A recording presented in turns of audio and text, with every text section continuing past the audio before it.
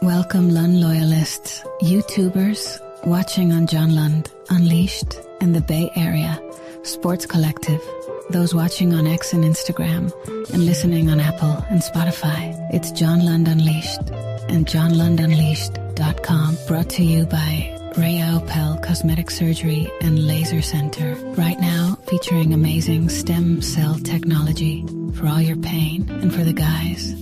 Check out the latest in low T and testosterone therapy to make you feel like yourself again. 𝐟𝐨𝐫𝐿 Cosmetic Surgery and Laser Center at 𝐟𝐨𝐫𝐿cosmetic.com. Now all juiced up and ready to go.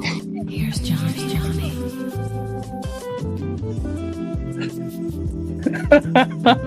So I used this open on Saturday. If you were not here on Saturday, we need something to make us laugh because we'll cry. But thank you so much for joining us. It is hard to get revved up. I got to be honest with the sexy open this morning on a Wednesday. But thank you for joining us on a Wednesday edition of the program. John Lund Unleashed. Thanks for joining us. If you're new here, that is not the normal open, but I thought it would give you something to discuss this morning for episode 86. If you are new, thank you. John Lund Unleashed on YouTube, johnlundunleashed.com. I have a new piece up, as you saw the cover there on the 49ers. That is up at johnlundunleashed.com. The 49ers didn't lose as much as you think, although it is difficult to understand things. I think I can make things a little bit more clear to you. We are also on YouTube, Bay Area Sports Collective. Please make sure if you give us and you're watching us, make sure you go over there and give them a like as well and subscribe to Bay Area Sports Collective. And the reason why this morning to do it is, well, first of all, you want to do it all the time. But after I get off, we'll probably go, I don't know, as long as we need to go today, 10:30, whatever we do, Pacific time, is it's just after 8 o'clock, 8:12 to be exact. And good morning.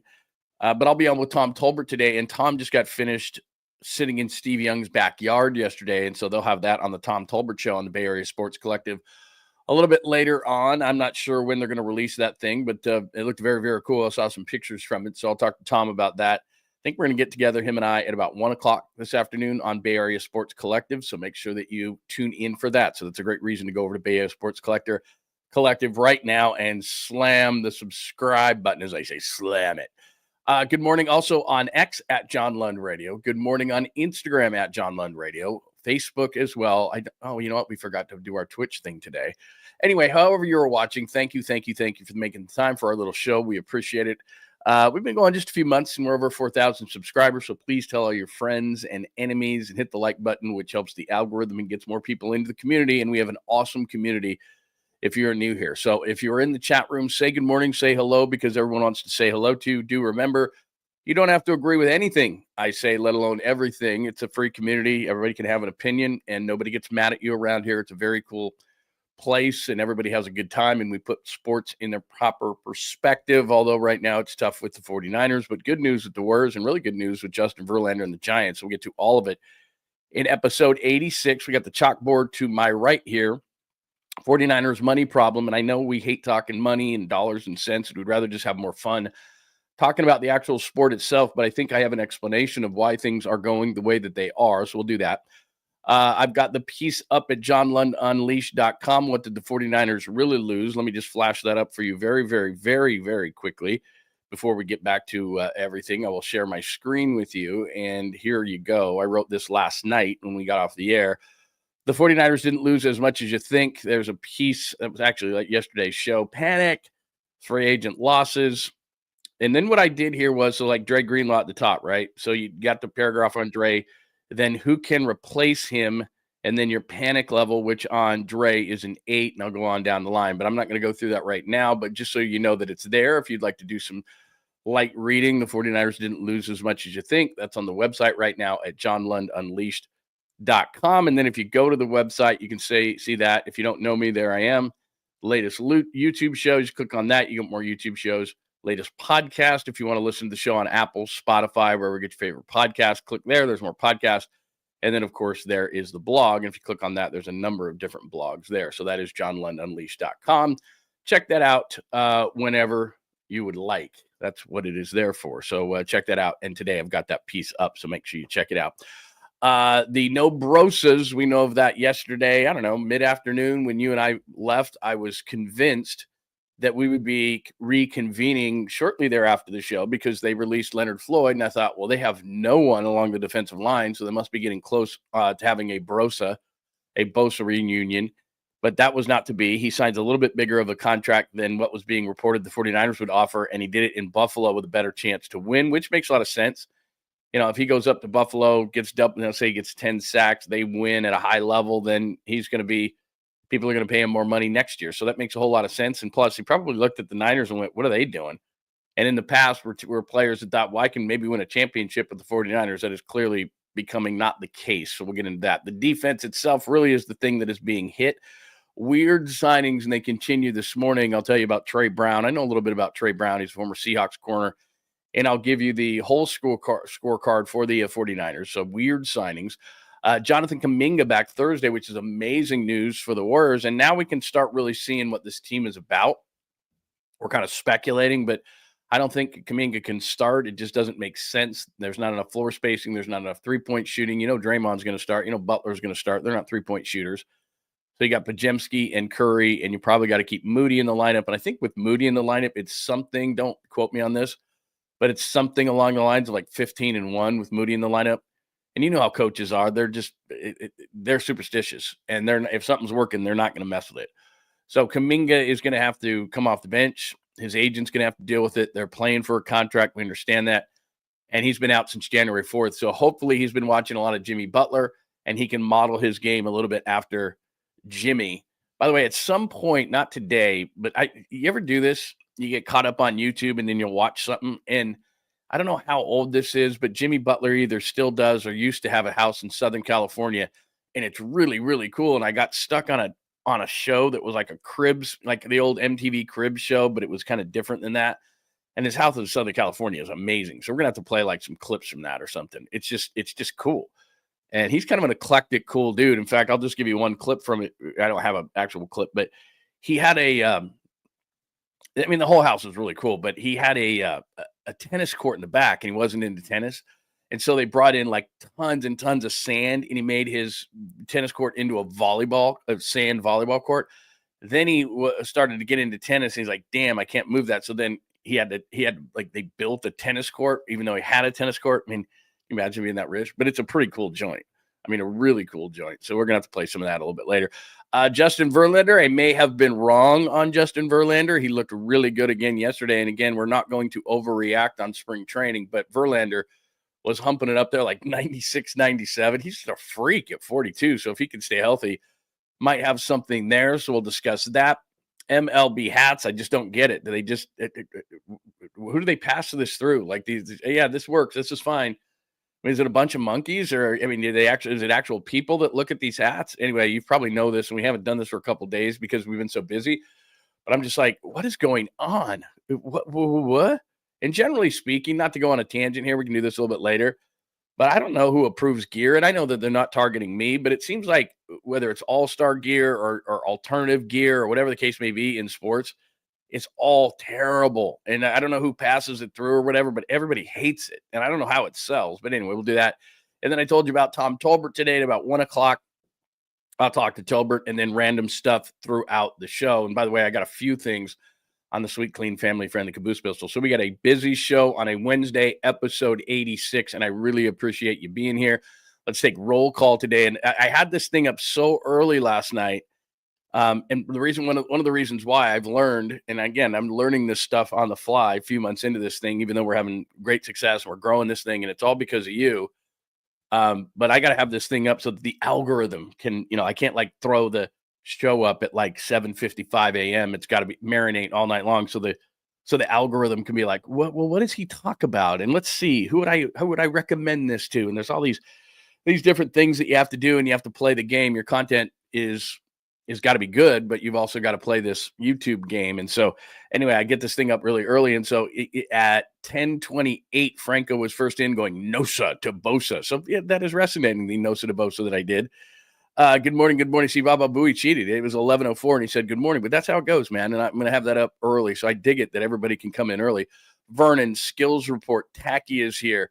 What else do we have this one? Look at that. Look at that. Bay Area Sports Collective. What time did they come in? 7:32 this morning. So again, I'm going to be on with Tom at about 1 o'clock, I believe, 1 o'clock on the Tom Tolbert show with Tommy and I. And we'll discuss his Steve Young interview that he did in Steve's backyard. And like I said, I saw the picture. Steve's backyard is outrageous. So we'll do that as well. AJ, it is awesome to see you, my friend. Hello. Jazz fan is here this morning. Hurley Bird, good morning. John Holmes. Hello, John Holmes. Hey, this is cool. I don't know if I've seen you, but it's cool. Skaters on Baseball. Yo, good morning to you. Joy has to be, you have to say good morning to Joy because she is the best. Good morning, good morning, good morning. It is awesome to have new people in. And like I said, if you just got here and I'm not sure that I've seen you before, I want to make sure that you are acknowledged. So everybody say hello to Skaters on Baseball. Like I said, first time doing Lund. Excited. The first one that has ever uttered those terms. But welcome, welcome, welcome. It is an awesome community, like I said, and you will enjoy it here. I promise you, because it's awesome. Scott always says that, and I appreciate it. Please, so that I don't have to always pound it. Morning, like, and subscribe. Please, please, please. What else? Oh, yeah, see, Cowboys Niners. Yeah, it's weird. What the Niners are doing is weird, but I'm going to try to explain it to you in a way that is still entertaining, but yet we're going to be talking about numbers. Hello, Bucko Sports. Yeah, I don't know if I'm a Shador guy. I don't know if I want to be in the Shador Sanders business. Good morning from Argentina. How about that? Amazing. What time is it? Alberto R, who's got a Cubs hat on. My family grew up in Chicago, and my dad was a Cubs fan. Alberto, what time is it in Argentina? Look at that. Tell our advertisers. We got people listening and watching from Argentina, Alberto. It is tremendous to have you in the room. Look at this, man. What else do we have today? Well, buenos dias. Look at this. Where are you watching from, Skaters on Baseball? I'm very, very interested to know. Niners going to have to hit on. Yeah, I know. They might. I put out and I was kind of joking. I put out a hashtag on X yesterday that said tank for Arch, and I was kind of kidding, but now I'm like, what in the what is going on here? What did you do, John Holmes? Did you already alienate him, John? Hey, hello, Papa J. Good morning. Hello, Pine Needle. Good morning to you, my friend. I said hi to Tacky, I think. Hello, Gabriel. Viva la Lund. I have not seen that before. I really like that. Viva la Lund. I like that. Myron, it is tremendous. Yeah, they might have to. I don't think they're going to. And the reason I'm going to do that is I'm going to show you here in a second why they're not going to do it. Man, I love that Alberto's in Argentina with this many secondary free agents signed. They might have to pick 6 or 7. Yeah, we're going to talk about Alberto. You are a wise man. We're going to talk about that. The defense, I don't know what they're going to do on both the offensive and defensive lines. Good morning, Nate. It's great to see you this morning. Jim, good morning. I'm not sure I've seen you, but it is awesome. Thanks for your show today. You are incredibly welcome. To be honest with you, I love doing this. I got to be completely honest with you. The radio has been fun for years and years, but interacting with people like this and getting up early and talking about all these things and talking about as long as we want and doing all these things, I tell you this all the time. Mary, awesome to see you. First, I know it's amazing, isn't it? Some of these names that you're hearing. I do know who Trey Brown is, so we'll get into that as well. Good morning. Sup? I like it. Look at that. That's a cool avatar, bro. It may, I'm a little bit, sideways on it, but it is very, very cool. We're seeing so many new names in here. I got to tell you, man, it is really, really cool to see. No, bee's knees. You don't have to stay in your lane, man. You are part of the community, my friend, and you can do whatever you want around here, and we can say what we want, and people don't get pissed if you have a different point of view on certain things, and it's really cool. Look at this, Netherlands this morning, man. How about that? We're going worldwide this morning. I don't know what the algorithm's doing, but it's giving us all sorts of cool stuff. Senior softball games. It is awesome to see you.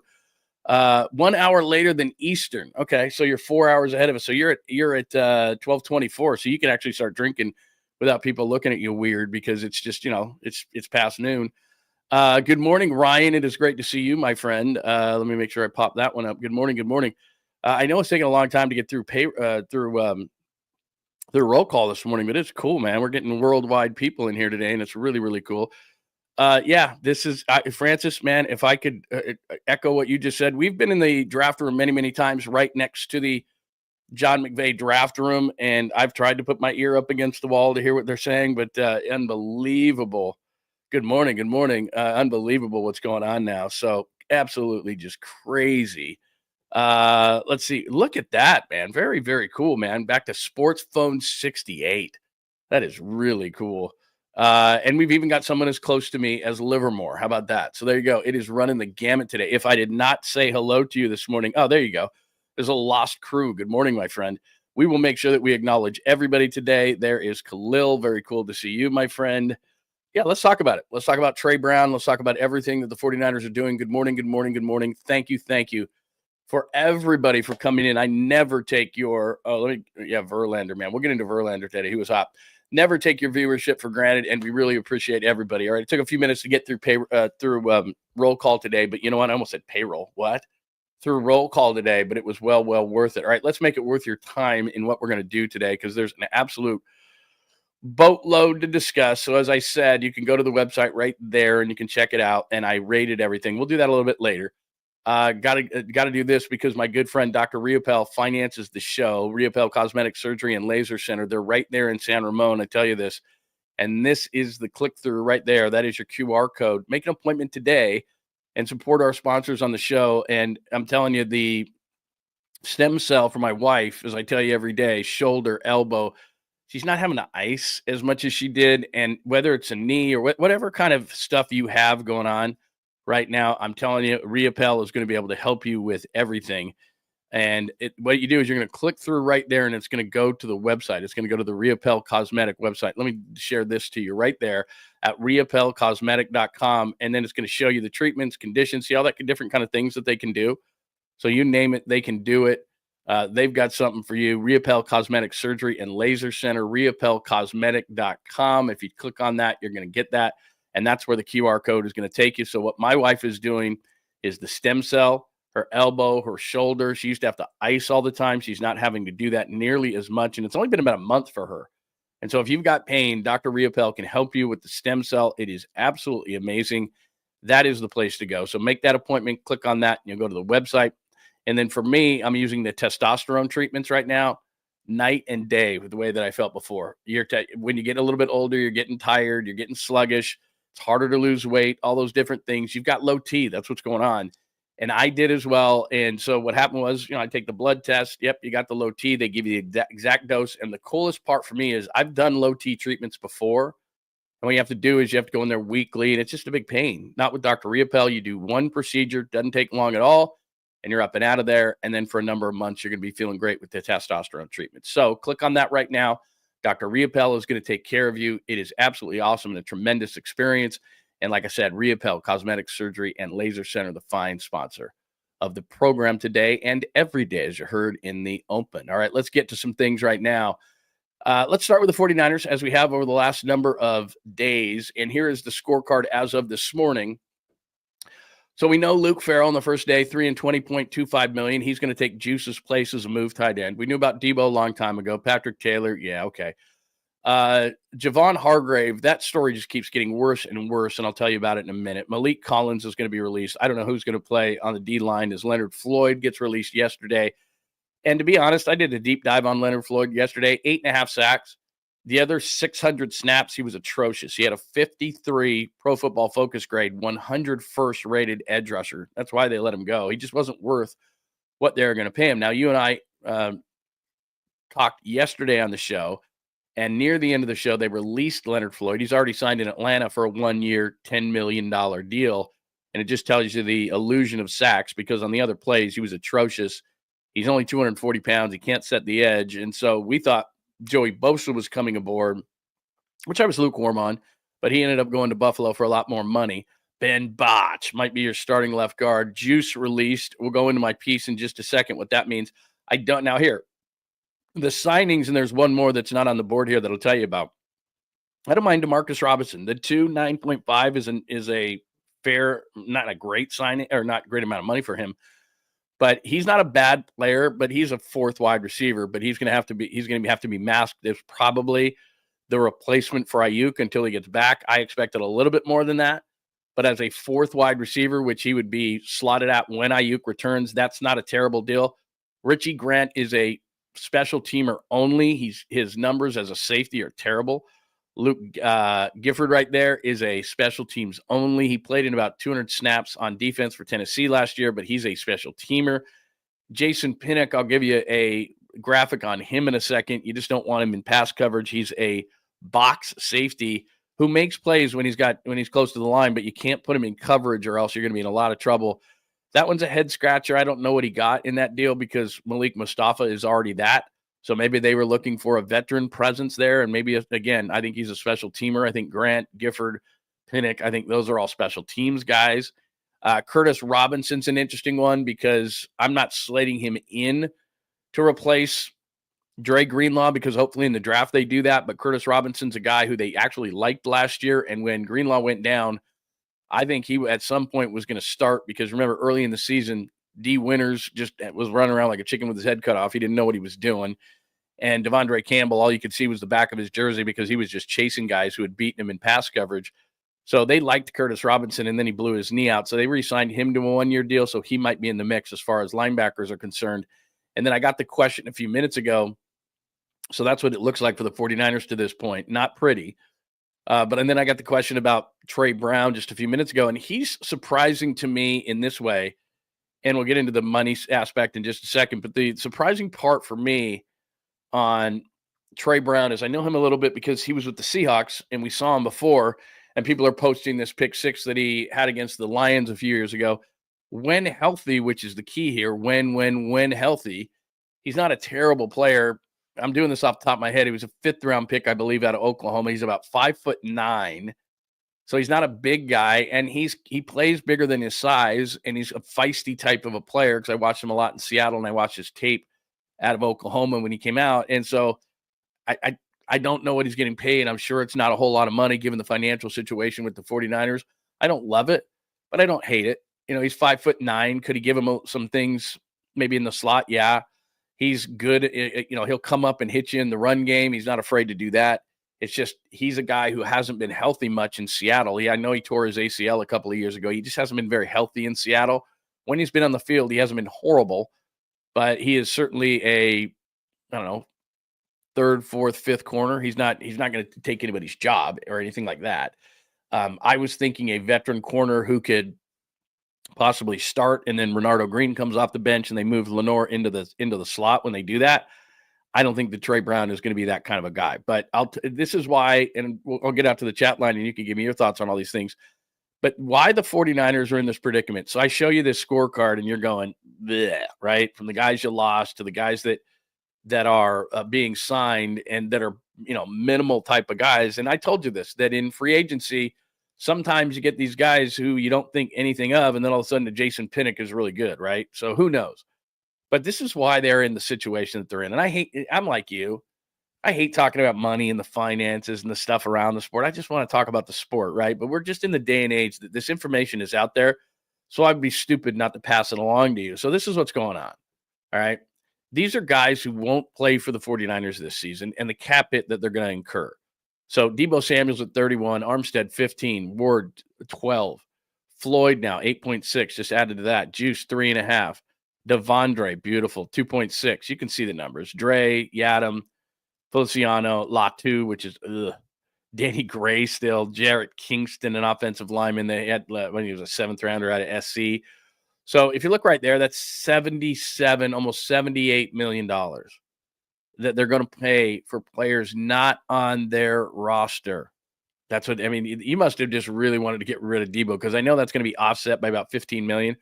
So his overall number is going to be about $15 million. So there's offsets in that.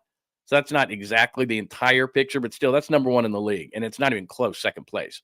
So when we sit there and we say, well, why are they signing all these guys? Why are they signing these guys like DeMarcus Robinson and Trey Brown and 𝐻𝐿 Pinnock? And where's the names? It's clear to me, so therefore it will be clear to you, that they're just – I'm not saying they don't want to win this year because you can't waste years. It just doesn't work that way. You don't just tank a year. But as close as you can do to tanking a year to say, look, we just need a financial reset. We're going to go financial reset. Maybe we, with this last place schedule, we can still make the playoffs. We'll see, that kind of thing. But they're just going to take it for 1 year.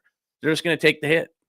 they've just decided, you know what, we're gonna get rid of all these guys. So, I've said this whole time that I didn't think they were gonna trade Ayuk, and I still don't, because you got to have somebody to catch the football. But having said that, you also need somebody to play on the defensive line, and they don't seem to care about that because Floyd is gone and Collins is gone and Hargrave is gone. And it just seems to me that what they're doing here is saying, we're going to take a hit this year. We're just going to take a hit. Now, I don't love that if I'm George Kittle, who's 30 plus years old. I don't love that if I'm Trent Williams. I don't know in fact, I do know the implications. They can't really trade Trent Williams, because I think that'd be like a $40 or $50 million cap hit, because I'm Trent Williams going into my age 37 season. I don't want to rebuild. Like, I'm here to win a Super Bowl. The only reason he's playing is a Super Bowl. The only reason John Lynch is the general manager is a Super Bowl, or he'd be broadcasting on TV. I know that for a fact. So it is a little bit weird, but that's just what they've decided, that they've just pushed the credit card payment so high and they've maxed out their cards essentially, and they're taking the hit. And so if you look right there, that's $78 million. And then you look at the signings that we just put up on the board there, and those are not exactly the most fun signings you've ever seen in your life. But all those guys released, they just decide they're going to take their hit. So that's where we are. And I know that's not fun to look at, but that's what they're doing. So then it gets worse. Sorry, I don't mean to be the bearer of more bad news. But if you look right there, what I've highlighted there, so that number that I just showed you on the dead money did not include Javon Hargrave. I'm going to give you that bad news in just a second. That is going to go down in history of the 49ers as one of the worst signings in their history. And I'm going to tell you why in a minute. Number one, he wasn't very good on the field, but financially, he is absolutely crushing the 49ers. Javon Hargrave, one of the worst signings in the history of the 49ers, and I'll tell you why in a second. And then you see Malik Collins right there highlighted. He's another dead cap hit.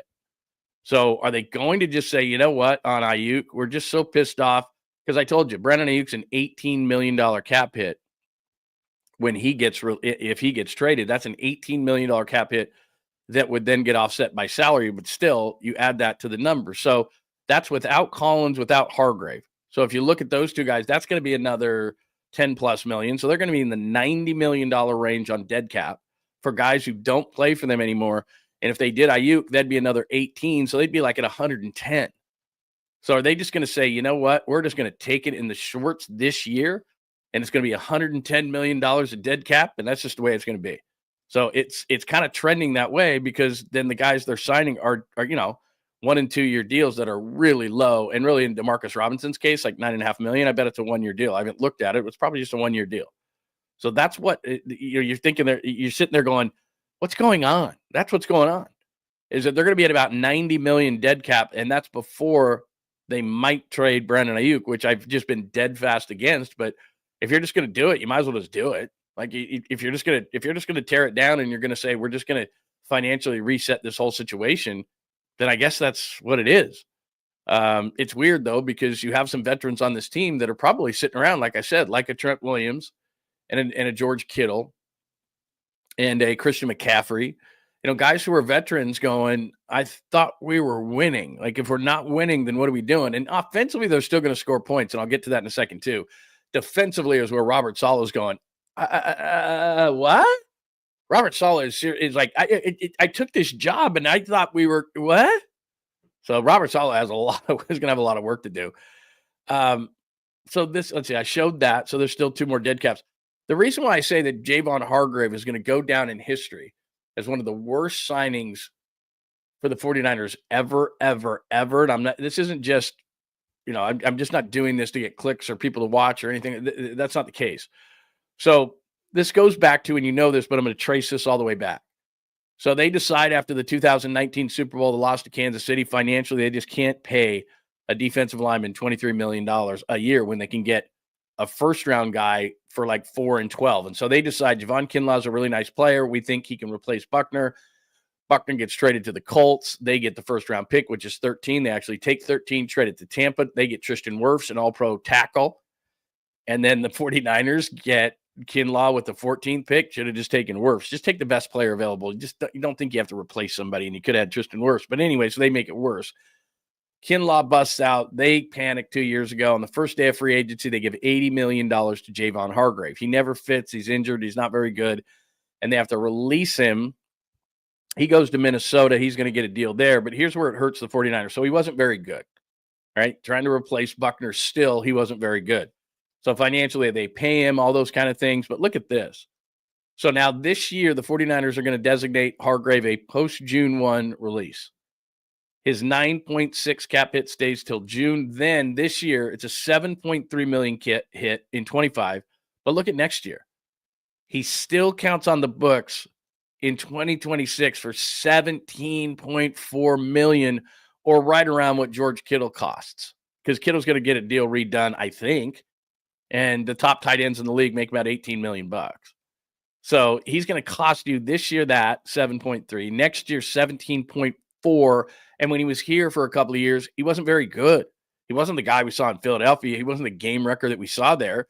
They didn't get their money's worth in the first place. So what an atrocious signing, because that's why the Niners are doing what they're doing. So not only do they have about $90 million when all is said and done in dead cap, and there still might be more added to the list if they were to trade a Brandon Ayuk, but then next year they're starting out already with a guy like Javon Hargrave at 17.4. So they're just in the situation where they're just going, look, we're just going to take the hit because there's more next year to follow. And they push this and they push this and they push this. And Jed just finally said, that's it, man. I'm not doing this anymore. We're going to do a financial reset. So whether you agree with it or not, that's what's going on. And Hargrave, what an awful signing. And I can't tell you what an awful signing that has been. Just brutal. So that's what's going on as far as that is concerned. And then one last time, and I'm sorry, this is not putting you in a great mood today. You're like, Lund, I tuned in today, and I thought we were going to have a good time, and I thought we were going to laugh. And you said it's fun in here, and all these new people are going, oh, I love it here. And then it's like, God, this guy's killing me. It's like my financial guy coming into my house going, oh, it's bad news. So there it is. Ward, Floyd, Hufanga, Greenlaw, Moore, Mitchell, Banks, Dobbs, Hargrave, 𝐬𝐮𝐬𝐿.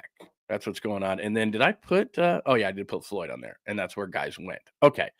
So let me give you a little bit of good news for just a second. All right. Let me share that story with you one more time, and I'll get out to the chat line in just a second. So let me share my screen with you, because I just gave you all that horrid news and you hate my guts. But I'm going to show you something here, because I'm not as worried. I'm not as worried as everybody else. Let me just go to the blog real quick. I had this thing up and then I screwed around and I lost it. Let me go to the blog and see how fast my internet is in my house. Okay, there we go. Or adjacent to my house. Okay, so didn't lose as much. Oops, sorry. There's a bunch of other stuff. I don't want to go there. I want to go to the blog. I went to the wrong place here. Let me go to the blog. Okay, there we are. What did the 49ers really lose in free agency? So I write this last night. So I just gave you the losses. Okay, Greenlaw, bad loss. I gave you that. Panic level 8. I get why the 49ers wouldn't budge on their number given the Achilles injury, but they have no suitable replacement. The biggest loss easily on the free agent group.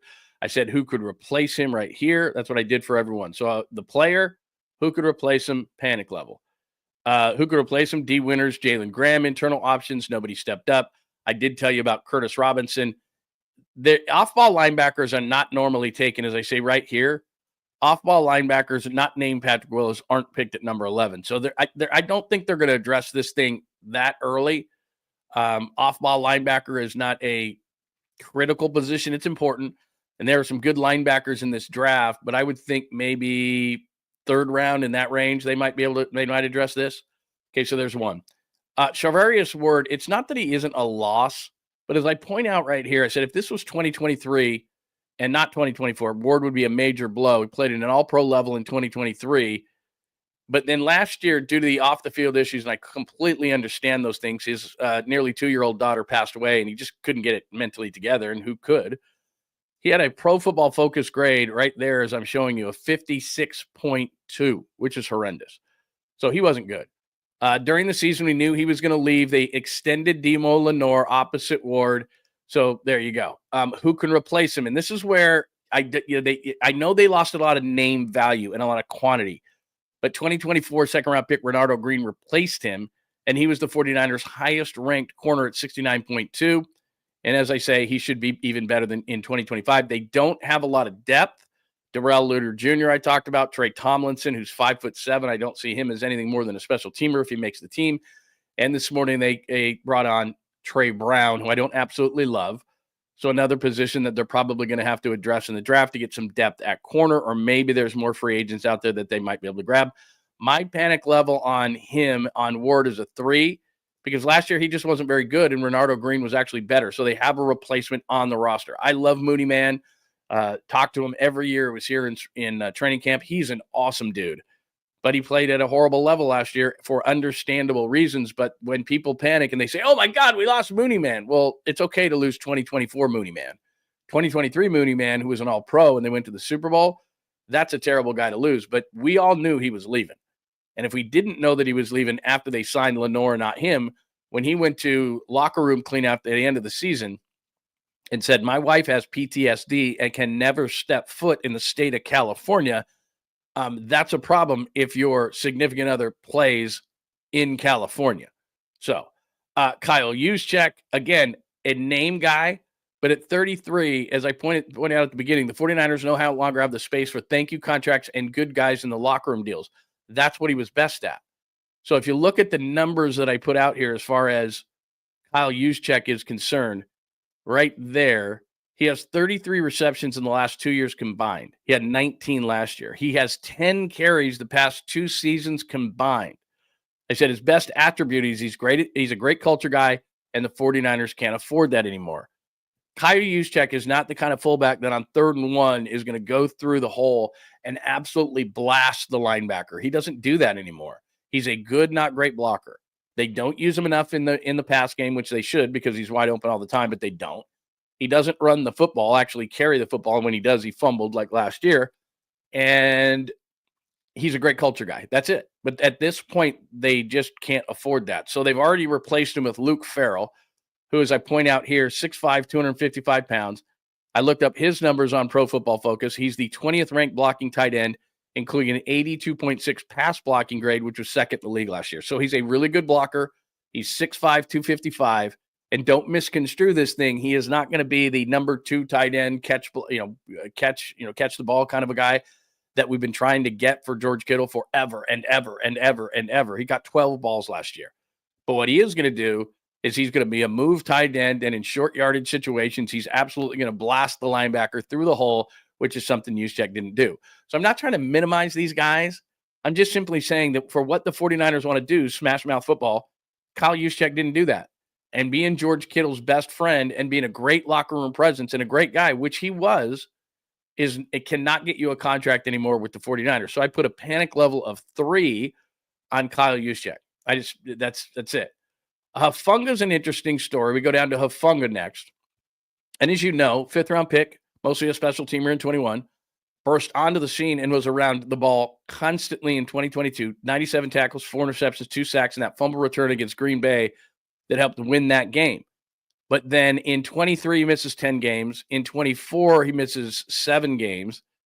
Not nearly as effective. And Pro Football Focus had him as the 72nd ranked safety in 2024. He's already going to be replaced by Malik Mustafa. So, again, I'm not panicking because they're not losing Talanoa Hufanga from 2022. He's shown 21, he was a special teamer. 23 hurt, 24 hurt, not effective when he was in there. So my panic level on Hufanga is a 4, and that might even be high because Malik Mustafa may have even, let's say Hufanga's on the roster this year and he's not a free agent. Malik Mustafa might have just beaten him out flat out. And Mustafa's got a lot of things to work on, but it's the same guy who a lot of people think is an intimidating player. He plays good near the line of scrimmage, had an interception in Seattle. If you've ever seen the guy with his shirt off, it's ridiculous. He's 5'10", 210. He's 5'10", 210. He's like a block of steel. So I'm not saying he's perfect, but what I'm saying is that I'm not overly worried about Hufanga because everybody is stuck in 2022 that's like, oh, my God, and that's not the guy they're losing. 3 out of the 4 years, he has not been that guy. That's 75% of the time. So I'm not as worried about Hufanga because he's a great name that is living off 2022. Leonard Floyd, let's move down to him, 8.5 sacks. So everybody gets all excited. Oh, we're losing 8.5 sacks. As I point out here, in the other 600 snaps, he had an overall Pro Football Focus grade of 53.5, which was 102nd among edge rushers, despite the fact that he had 8.5 sacks. One of the most overrated stats in actually all of football is just pure sacks. He had 8.5. On the other 600 snaps, he was terrible. He had a run grade that was one of the worst in the league, and at 240 pounds, he can't hold the edge anymore. And at 32, he can't play every down anymore. So who can replace him? Yetur Gross-Matos is a 49er. they might release him, but I don't think they can afford to because they don't have anybody on the D-line. He had 4 sacks. Sam Okwuonu is a guy who showed flashes. He's not very big. Drake Jackson's a complete bust. And so, as I point out right here on panic level, it's not a panic level on 7 because of Leonard Floyd. It's a panic level because they don't have anybody. So they have Nick Bosa. And then after that, and I put some names down here that I don't love, but they don't have anybody. Draymond Jones, who got released by Seattle. DeMarcus Lawrence is 33. Cleve Farrell is a run guy that we know. And Dante Fowler was actually a double-digit sack guy last year. So I don't know, would they do a one-year deal with him? The reason why it's a panic level 7 is not because of Leonard Floyd. The panic level 7 is, and I'm going to do the same thing with Javon Hargrave here in a second, there's no one to play edge. And that's a major problem. So how are they going to address that in the draft? Because you can't, 11 won't allow you to take like 3 players. And it's really about the defensive line. So Hargrave, the same thing. I just went over it. Knee-jerk day 1 signing back in 2023. The money that he's being owed this year, the money that he's being owed next year, an atrocious signing. So who can replace him, right? That's the whole thing. Who can replace him? They don't have anybody. Kevin Givens was re-signed. He's undersized, and he shouldn't be playing more than 20 snaps. Malik Collins has been released. Jordan Elliott wasn't good last year. They brought him over for Cleveland, and the reason they brought him over was because remember that game that 2 years ago that the Browns played against the Niners and Elliott was great against the run? He wasn't that guy this year for the 49ers. So Givens, Jordan Elliott, they didn't have a lot inside. Anderson, the kid who's better known for wearing the big skull cap on his head during games.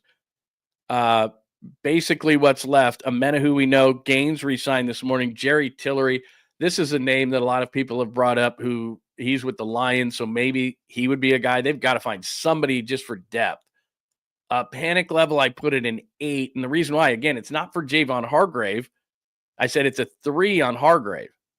But the position itself, I said, is in the worst shape of any group on the roster, and that's saying something.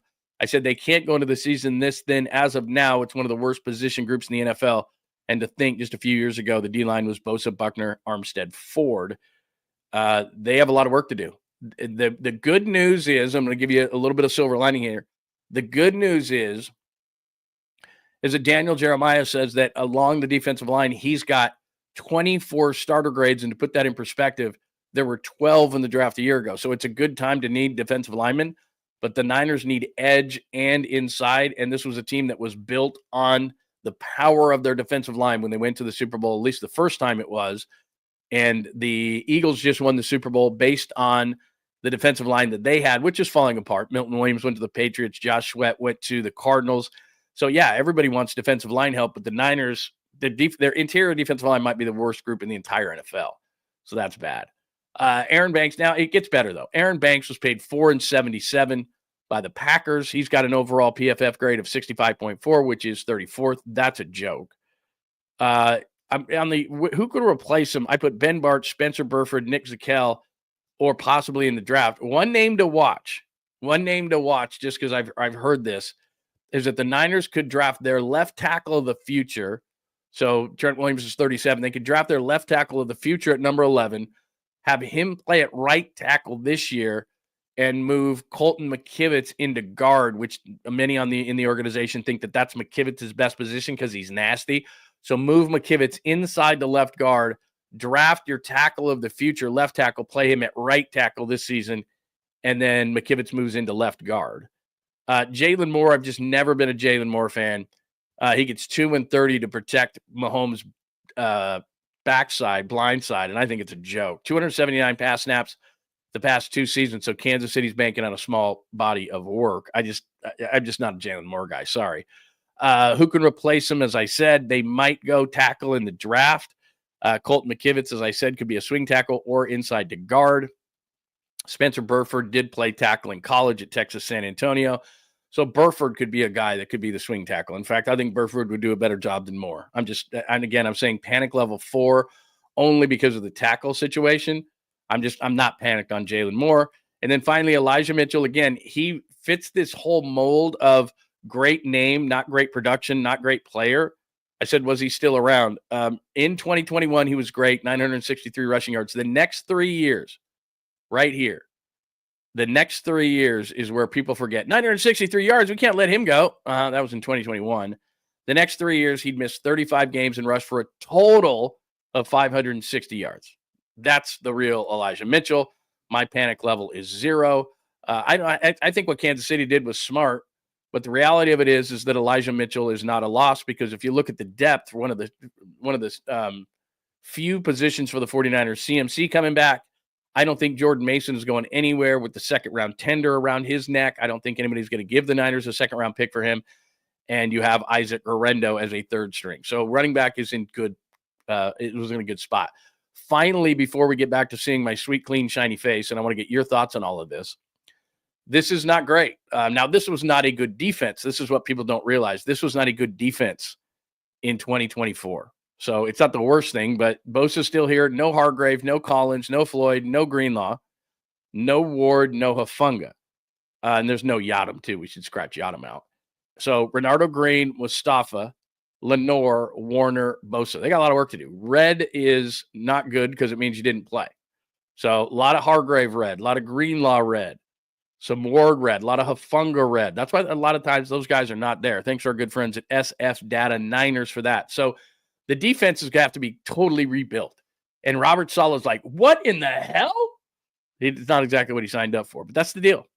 And to be honest, where's the surprise? Hargrave we knew. Floyd we didn't know, but you go back and you look.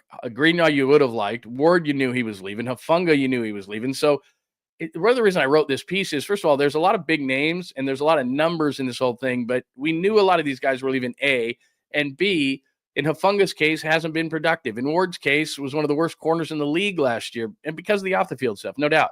Leonard Floyd had 8.5 sacks, but the other 600 snaps, he stunk. Collins wasn't good. Hargrave wasn't good. Hargrave's going to kill him for the next 2 years. So defensively, if you're worried about the defense, I'm with you, brother or sister. But as far as the offense is concerned, and I came up here, started talking about the offense, offensively, they're going to re-sign Brock. Skill position-wise only, okay? The offensive line, they need to get a center and a left guard, and it might be McKivitz, and I hope that they can replace the center. But anyway, CMC comes back, Mason comes back. Hopefully Ayuk is healthy sooner rather than later. The tight end, George Kittle's going to get extended. Hopefully Pearsall comes through. So offensively, I guess my point is they're going to score points. They're going to score points. There you go. You can check this whole thing out, even though I just went through it with you. The 49ers didn't lose as much as you think. You can tell me if I'm crazy, high, whatever the case may be, after having gone through that with you. You tell me what you think of that whole piece, and that's up at johnlundunleashed.com if you want more. Offensively, they have the skill position guys and a guy named Kyle Shanahan. They are going to score points. The tackles, if McKivitz stays in place, are not terrible. Trent Williams is going to be fine, even though I'm sure he's not very happy today because he's just playing for a Super Bowl. He's not playing to get more money. Right guard, Dominic Pooney is fine. Center and left guard are a problem. Although, like I said, I think McKivitz could play left guard if they draft a right tackle, which is going to be the future left tackle. Center concerns me because Brendel's not a terrible run blocking center. He's about 12th in the league, according to Pro Football Focus, but he's atrocious against the pass.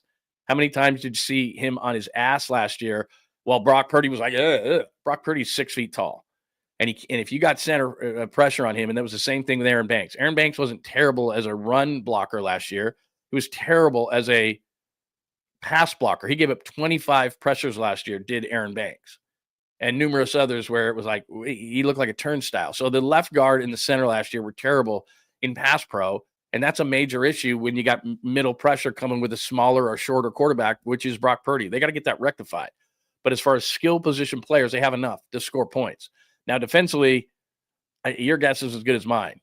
They have, at least on the defensive line, which used to be their calling card, other than Nick Bosa, the most atrocious line in the league, maybe dead last. I haven't looked at everybody's defensive line, but in the draft, it's a good thing, and maybe this is what they're looking towards. In the draft, I would think if a elite tackle falls to number 11, I think they might go tackle and make him the right tackle, McKivitz to left guard, and Trent Williams, that he's the apprentice in waiting at left tackle for Trent Williams. That makes sense to me because that's what you do at number 11. Maybe one of those elite guys, Will Campbell is one of them. Membu, the kid out of Missouri, is one of them. So if one of those guys slips, I think they might go right tackle, which then becomes a left tackle, which puts McKivitz at left guard, and you're set along your offensive line, and you're better.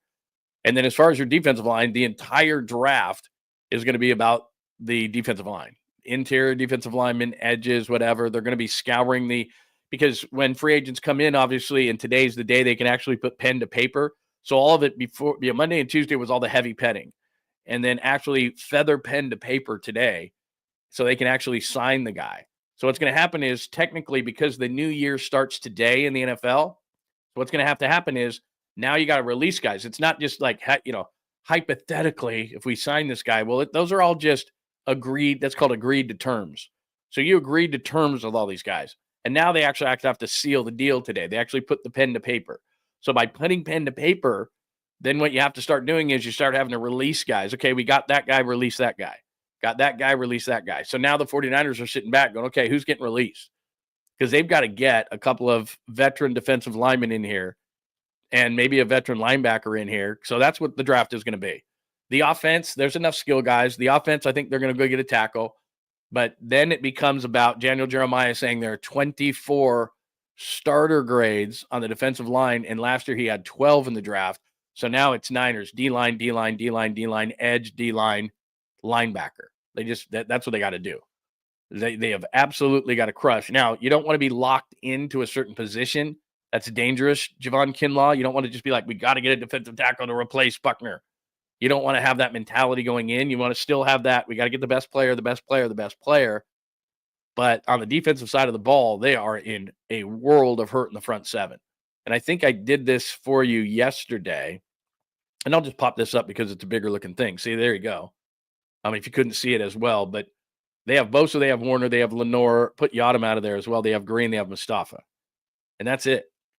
And Jair Brown, you can put in there because he started some games. I'm not a Jair Brown guy. I would absolutely love them to get a free safety. Pinnock is not a free safety, the guy that they picked up. He is not. And then just to give you a better idea, I did this yesterday. Now Floyd is there. Now he's gone. But that front seven is brutal. You got, again, those are PFF grades.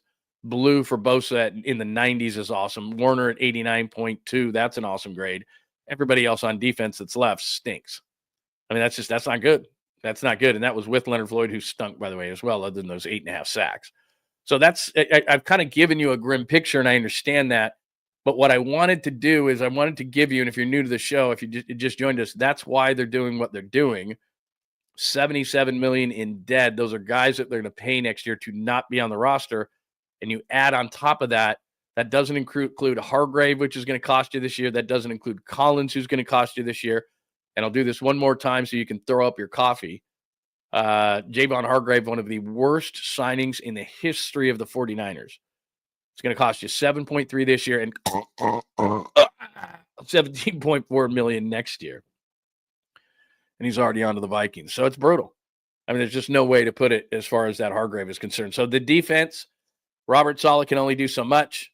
I think they have a plan, but I think maybe the plan too is you look at this, look at what they've lost so far and look at the finances of, like I said, this sheet right here of dead money that they're going to pay to players no longer on the roster in 2025, that it's just going to be, we'll do our best this year, but it's going to be a roster reset. Like I said, you're going to add Hargrave and Collins to that number. And really anymore, they're not overly top heavy. Now that Fred Warner number you see right there is at 29.2. He's not playing on that. Kittle's number jumped. I'm looking at the cap number, so it's the last white number on the right with the black lettering, which is Kittle at 22. He's up from 12. He's not going to play on that. They can't let Trent go. Like Trent could go, hey, I want to win. I'm 37. What the hell? You see the red number that says 55 versus the salary 21. The 55 is the dead cap. You want another $34 million to dead cap this year? Yeah, sure. Trade Trent Williams. Nick Bosa. You're not trading Nick, but again, it's 72 dead cap versus 20 on the salary. That's $50 million a dead. So you've already eaten all this dead. There's going to be a certain line that you're not going to cross. So Warner, Kittle, Williams, Bosa, and I think Ayuk are going to be on this roster. If they wanted to purge more, they could purge Gross Matos, who could save them money. McCaffrey's not going anywhere. Lenore, they just signed. Purdy, they're going to extend. Mason has a second-round tender on him. McKivitz isn't going anywhere because he's either going to play right tackle or what I think he might do is play left guard. Collins is gone. Jennings is way too good of a deal to let go. Odom probably is in jeopardy because they signed guys over the last few days that are special teamers. So I think Odom's probably gone. Brendel, I'd love to be gone. Burford is going to take the place right now of Jalen Moore. Pearsall, you need a big year out of. Jake Jackson's a bust. I don't love Jair Brown. Renardo Green's going to be a starting corner. Don't get me started on Jake Moody. So I've just gone through the entire roster. I didn't even mean to do that. And I'm not going to do that anymore because that makes you puke. All right, there you go. You are caught up on everything. Let me just do one more thing. So this is the guy they brought in yesterday, and he's got to be a special teamer. He's a close to the line safety. He's a box safety, which they have in Malik Mustafa, but I didn't love this. Jason Pinnock, who the 49ers signed yesterday, safety, allowed a passer rating of 148.3 when targeted last season. That's the worst among all DBs. That's not 20 targets. And the hits just keep on coming. Yeah. Ugh. He does make the year before he was better. He's a good blitzing safety. He's a good box safety. I think they already have that in Mustafa. They must see something. He probably can play special teams. But if I go back to the scorecard for the 49ers, where is that? If I go back to the scorecard, Farrell's going to be a blocker. I'm not going to talk about the guys that have been released because I already know that. Demarcus Robinson's not a bad signing, and he's probably going to be the guy that's going to play X until Ayuk returns. Grant, special teamer. Gifford, special teamer. Pinnock, special teamer. Robinson may be the replacement for Greenlaw. Hopefully they get somebody in the draft, but they like him. I know that coming off the ACL. But the guys they signed, other than Robinson, Grant is not a safety. He's a special teamer. Gifford is not a linebacker. He's a special teamer. And Pinnock has some big playability. But as you said there, if he gets targeted in the pass game, good night, everybody. That's not good. So I'm sorry to be the bearer of such bad news today, but I wanted to make sure that I gave you the entire picture because you're asking yourself and you're scratching your head and you're going, why are they doing this? And hopefully I gave you an idea of why they're doing this. Okay. Now, you want some good news? I'm gonna give you a small bit of silver lining because I don't know who posted this, but somebody sent me this. So after 2014, we all remember that, right? It's all coming apart at the seams for the 49ers. They didn't win a Super Bowl. Jim Harbaugh is leaving. Look at the mass exodus from 2014. Alden, Patrick, Justin, Anthony Davis, Borland. Remember that for 1 year? Martin wasn't much good with this team. Crabtree, Culliver, Gore, Upati. You want a story about Josh Johnson, the much-traveled quarterback who's played for everybody? His sister used to be my nurse at my doctor. True story. So anyway, there you go. So, yeah, it could be worse because Harbaugh left. So Harbaugh left, and all those guys left at the end of 2014. So it could be worse. Does that make you feel any better? Probably not. I'm trying, but I'm trying to, I have to give you the whole picture and I have to be honest with you. So that's, I know that we're together and we want to feel better. And I don't know if I helped you, but hopefully what I did is I let you know why they're doing what they're doing. And hopefully this is just one season and that's it. Like, and they're just like, you know what? We're just going to take it in the shorts this year. Ouch. Shot after shot after shot. And then hopefully they'll be better. But I'm telling you right now, it's not good. I'm not going to lie to you. It's not good, but that's what I gave you. Let's get some thoughts in here. I love that you're on the chat line, and thank you for joining us. By the way, about 58 minutes into the show, John Lund Unleashed. JohnLundUnleashed.com is where I just showed you that piece that I've written about the 49ers. Check that every single day. We've got shows up there. We have blogs up there. We have chats up there. We have archives of all the shows, of all the podcasts, all those kind of things. JohnLundUnleashed.com. Please make sure that you are subscribed to John Lund Unleashed on YouTube, as well as Bay Area Sports Collective, where later on today, Tom Tolbert and I will chop it up at about 1 o'clock. He's fresh out of the backyard of Steve Young. So what does Steve Young think? We'll have some clips from that before he plays the entire thing. Plus, I will play for Tommy, if you didn't know this, the conversation I had with Steve Young 27 years ago at the NBA Finals in Game 2 in 1998. Which I found this, I told you this, I found this old tape from Game 2 of the NBA Finals between the Jazz and the Bulls, and I did a courtside interview with Steve Young, who was trying to run away from me at the time. I was like 25 years old, and I've got that to play for Tom, because at the beginning, the announcer who brings it into the segment for the pregame show for the NBA Finals actually mentioned Steve Kerr shooting on one end of the court, which is hilarious. So we'll play that. So 1 o'clock for me and Tom on the Bay Area Sports Collective YouTube channel, as well as right here. But if you want to join that, that would be tremendous. All right, let's get some thoughts on what I just did. Yeah, it's pretty cool. This blast from you're going to dig this. And it's already up, but I'm going to play some of it for you. Is everybody going Kyle? I don't think Kyle's going anywhere, and I don't think Kyle's going to be fired. And I think that Jed York is more like the Steelers, where you just keep guys and you know that he's really good. But here, I'm not saying Kyle's going to be fired, law of law, because I don't believe that he is. But because you brought it up, here's one thing that could happen. Not right now and not this year, but if Kyle Shanahan doesn't like the direction of the organization, then I could see Kyle Shanahan saying, look, Jed, if we don't want to win, I want to go. And you can bring in a guy who's a rebuilder kind of a coach, because I want to win championships. He's at the level where he's like, he's a junkie. He's a junkie, man.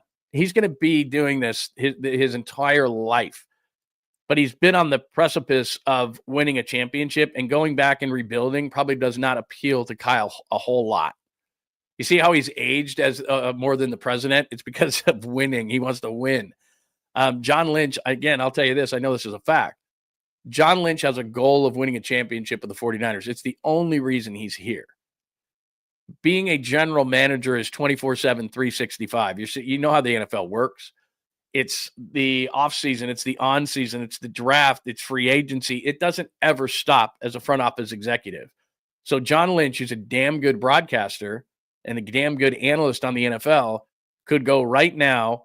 His family is in San Diego. Beautiful. He could be sitting on the beach during the week and then maybe do Thursday Night Football or a game Sunday or whatever, and actually make more money with a ton less stress than he is as the general manager of the 49ers. He's only here to complete this thing because he's a goal-oriented guy. So he's not here to grind. He's not that kind of a guy. He's not a former scout. He's not any of those kind of things. He is set for life financially. He was a Hall of Fame football player. He made a lot of money with Fox. He's made a lot of money with the 49ers. He doesn't have to work another day in his life. So the fact that he's grinding the way that he's grinding, he's only doing it to win a championship. So if John Lynch doesn't think they're going to win a championship, John Lynch will go back to TV tomorrow. And I've said that the whole time, and it's a fact. But the reason why, they're not going to just fly right now. Maybe it's out. They're out. I don't know. But they're doing a financial reset is what I told you. They're doing a financial reset, which doesn't mean a 5-year, that doesn't mean that. What Jed York, and I said this to you yesterday, what Jed York is telling the organization is we're not going to do these craziness. We're going to have about $90 million when all said is and done on dead cap. We're going to take that hit right now.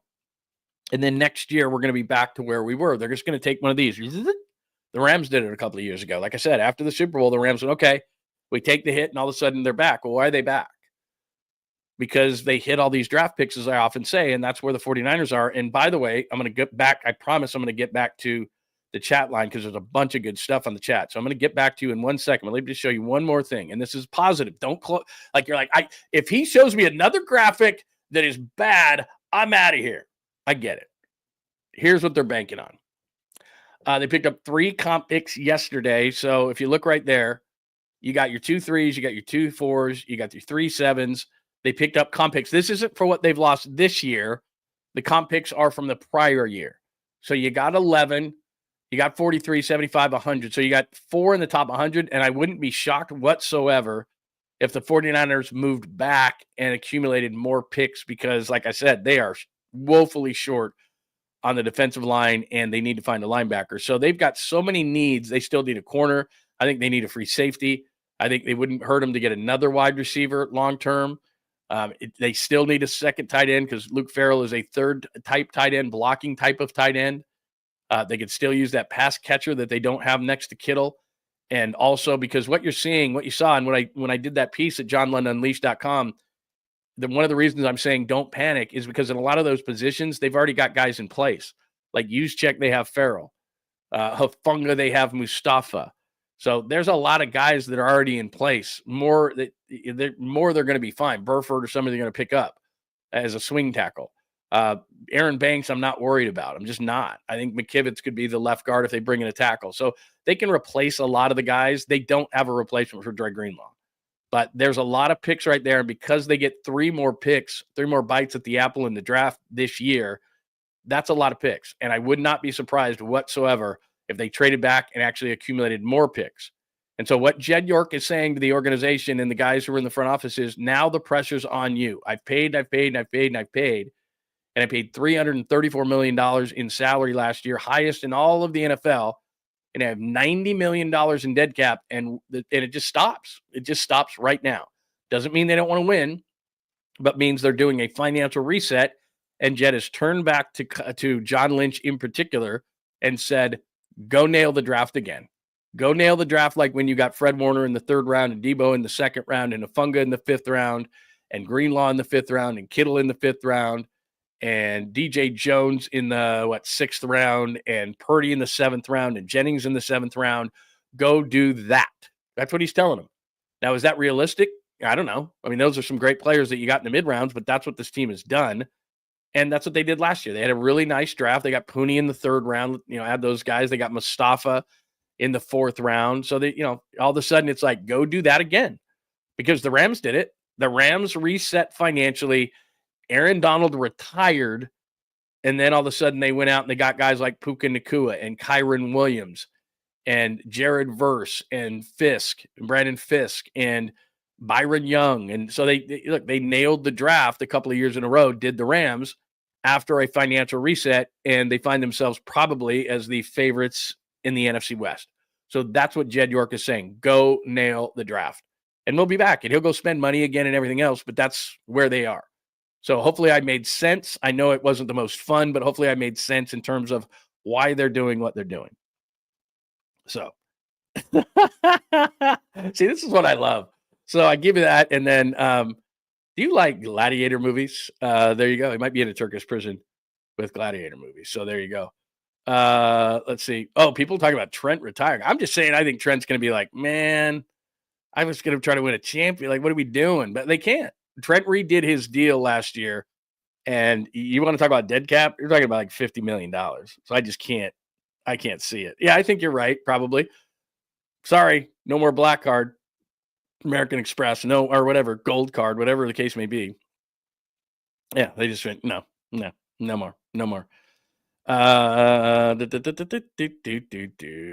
Yeah, you're right. They took a $50 million hit on Russell, and I still think this year it was an 80. I didn't realize this. So Denver took a $50 million sandwich last year, really tasty $50 million hit on Russell Wilson had to eat, and then they have to eat another $30 million. That's like an $80 million hit on Russell Wilson. Oh my God. Talk about the worst trade in history. They gave Seattle all those number 1 picks, which one turned into Devin Witherspoon and all that different kind of stuff. And then they ate all that money with him. My goodness, man. You are 100% right, Fuzzy Hugs. Jed is selling 10% of the ownership, and just like a home seller fixing up. Yeah, you're exactly right. That's a great point, because what you're saying is he's getting his financial house in order so that when he sells the 10%, I understand that. I'll tell you this, they could be in a massive financial mess and people be lining up to get 10% of an NFL team. I understand what you're saying. Logically, that makes a ton of sense what you just said. They're trying to get their financial house in order. So when they sell 10% of the team and get $1 billion for it, that it's financially in good shape. But honestly, it's such an impulse. Like, I'm an NFL owner. Like, you're a silent NFL owner. Here's $1 billion. They could be in financial ruins. People are going to buy an NFL team. But your point is a good one. How come we get See, Noel's a guy who knows what's going on here, because remember what year was that when Jed sent out the tweet and apologized? How come we didn't get an apology for the 6-11 season? You're right. Remember he did that and was like, quit doing that. Quit apologizing. No, don't do that. No. What else do we have here? This is good. Yeah, see, this is an interesting thing right here, Steve. If Trent wants a ring and is not happy with the draft, he may retire. I wouldn't doubt that. But right now, Trent's sitting there, and I've already showed you the finances, so it's depressing, so I'm not going to pop it up there again. But he's got a $55 million dead cap right now, and he can't go anywhere. They can't trade him. I mean, they're in financial ruins right now, and I just showed you $80 million that they're already on dead cap for players who aren't playing here, and then you're going to add Hargrave. Oh, my God. And you're going to add Malik Collins. So they're going to be at $90 million in dead cap. So I guess you could say, well, it's another 50, but still, it's like, God, brutal. And they just can't do it. And plus, regardless, you're going to sign Brock to this money. All is not lost. They're going to sign Brock to this money, and they're getting a blindside protector. And I'm telling you right now, it's not going to be, Burford or something like that. Hello, Junior. It's good to see you. Mustafa is set in stone. The question is, would Grant be that guy that come over from the Jets? Would be back there with him? Grant is a special teamer, and I don't want to depress you even more, but his Pro Football Focus numbers are bad. They're bad. And one thing is, I will say, and I know why the 49ers signed him, because he was a top 50 draft pick. And I remember, I think he went to Central Florida, if my mind doesn't, if I'm not wrong, something in that realm. And a lot of people liked him coming out, but he's been with Atlanta for 3 years, and he's been atrocious. And he's a special teamer. He plays most of his time on special teams. So maybe they're thinking maybe there's some upside there, but I doubt it. He's a special teamer. Let's see. Oh, there we go. Got some, by the way, if you would love to get 100%, because there's a ton of people in the room today, which I'm absolutely so thankful for. But if you want to get your question, comment, thought 100% answered, just do a super. Hit me up with a super, and I'll make sure that I get you on the board. Let me make sure I say it right. Azul. Is it Azul? That's by the way, that is a great picture. John and Kyle took a 2-14 team, rebuilt it, and got it to the Super Bowl after Jimmy exploded his knee. They did it again, even though they didn't win. I trust the front office. Let me just go on that one for just a second, because we've had a lot of conversations over the last couple of days. If this is the Giants, the San Francisco Giants, we're sitting in the Bay Area, if you're somewhere else. If this is the San Francisco Giants, I got no faith in those guys. They have this regime and the regime prior haven't proven anything. And I love Buster Posey as a player, but we have to separate Buster Posey, the player, Buster Posey, the executive. And not only that, we have to separate what the front office has done. So I got nothing against Buster Posey, the executive. There's not enough of a track record for me to decide if he's going to be good or bad at this. I love that he convinced them to loosen up the purse strings for 30 seconds so that they could get Willie Adames in here. But other than that, I'm not impressed by anything. Now, we're going to talk about Justin Verlander in a minute, and maybe, just maybe. But so they don't deserve the benefit of the doubt. But when Joe Lacob pulled things back a little bit and said, look, 10th place team, play-in team, again, for about 3 consecutive seasons, who could blame Joe Lacob for not saying, woohoo, let me write more drunken checks? He didn't want to do that anymore. And then he saw an opportunity for Jimmy Butler. And I've explained this many times, but I'll do it really quickly because there's a lot of new people around, and I appreciate you. What essentially happened there was Jimmy Butler had a deal worked out, an extension worked out with the Suns, but because Bradley Beal wouldn't waive his no clause, no trade, they couldn't get a deal done with Miami. The Warriors made a deal with Miami, but didn't have an extension. Jimmy Butler had no interest in that, so wouldn't come over. And then Joe Lacob and company huddled again and said, this is the only way we can get Jimmy. We got to give him an extension. Joe, would you do it? And the basketball people said he could really do this and he could really do that. And I think he could be the difference. And Joe said, okay, I'll do it. And he did. And this is a short sample size, but the Warriors never lose. And they get Jonathan Kaminga back tomorrow night, which we'll talk about in a minute. But just to Azul's point right there, I think the Niners and this front office, and he brings up a good point, and nobody wants to say this because the way that media works nowadays is you don't get any clicks if you say, I trust the front office. You only get clicks if you go, this is outrageous. What are they doing? This is so stupid. Man, they're dumb. Everybody screams and yells and hates and all that kind of stuff, and click, click, click, click, click. Everybody loves it. But if you say, you know what, I think that they are onto something, I realize as a rational sports fan, which is, again, that's a fan rational. Those are two opposite things. But you realize as a rational fan that, you know what, John and Kyle have done this before. This front office has done this before. And there is a natural progression to, especially when finances get out of whack, there's a natural progression to, we have to evolve this thing. And if you look at the Warriors, they're not the exact team that won their first championship in 16? They're not that's not the same team. You got to evolve this thing. And the biggest disappointment for this 49ers group is they could become something like the Harbaugh group, which, the Harbaugh group loses to the Giants in the NFC Championship game. They lose to the Seahawks in the NFC Championship game. They lose to the Ravens in the Super Bowl. They came so close so many times. You don't need me to go over everything. But then they couldn't evolve past that, and now they're a really nice team in the history of the 49ers. And in doing pre-half and post for the Niners, and they always bring in the captains, and it's really cool. And they come into our studio, and I'll talk to a guy like Justin Smith, or I'll talk to a guy, or in this group, I talked to a guy like Richard Sherman last year who came in. And ultimately, we always have to go back to, God, you were so good, but you didn't win it. So good, you didn't win it. Tons of guys have come back from that Harbaugh era. And I know Sherman's part of the Kyle era, but they haven't won it either. And so many of those guys have come back. And one of one of those things we always have to talk to him about is Patrick Willis, Navarro Bowman. We've had all those guys on in the studio, not only on our shows on KNBR when we used to have them, but also just, like I said, on Sundays at the stadium doing pre-half and post, sitting in the broadcast studio down there. And we talk about all the great days and all the old days, and we have a great time, and we're having a lot of fun. And then inevitably, and this is how you do interviews, at the end, you come up with the negative stuff, because then if they hate it, then they're almost done anyway, and they're gone. You don't start it. You don't start with that and break the ice that way, because you're setting a bad tone for the interview. So I would never start a Patrick Willis interview down there by, man, you guys got so close. Like, that's the last question I would ask him. And we always had to talk about it, because it was like, man. And then we would compare it to the Shanahan group, and we go, man, they got to win a ring, because then you don't want to be in that really, really good but couldn't win it category. Like, I hate to bring this up, but like Seattle, when they won it against the Broncos in 2014, 43-8 in New York, and we were there that week, they didn't win another one against New England. That was crazy, and they had the interception. That was in Arizona, and you had Butler step in front of Lockett and all that kind of stuff, and Seattle didn't win a second one, but they won a first one. And so up in Seattle, I have a lot of friends that work up in Seattle. They won the one. So that team is still revered at a really high level. Well, Harbaugh's teams are a step below, obviously, the Niners teams that won Super Bowls. And they could have been up there, but they're not. And this same group with Kyle Shanahan, it is like you're waiting. And now it's not over. I think they're doing a financial reset for a year, but this is a great point that, they were 2-14 Super Bowl team.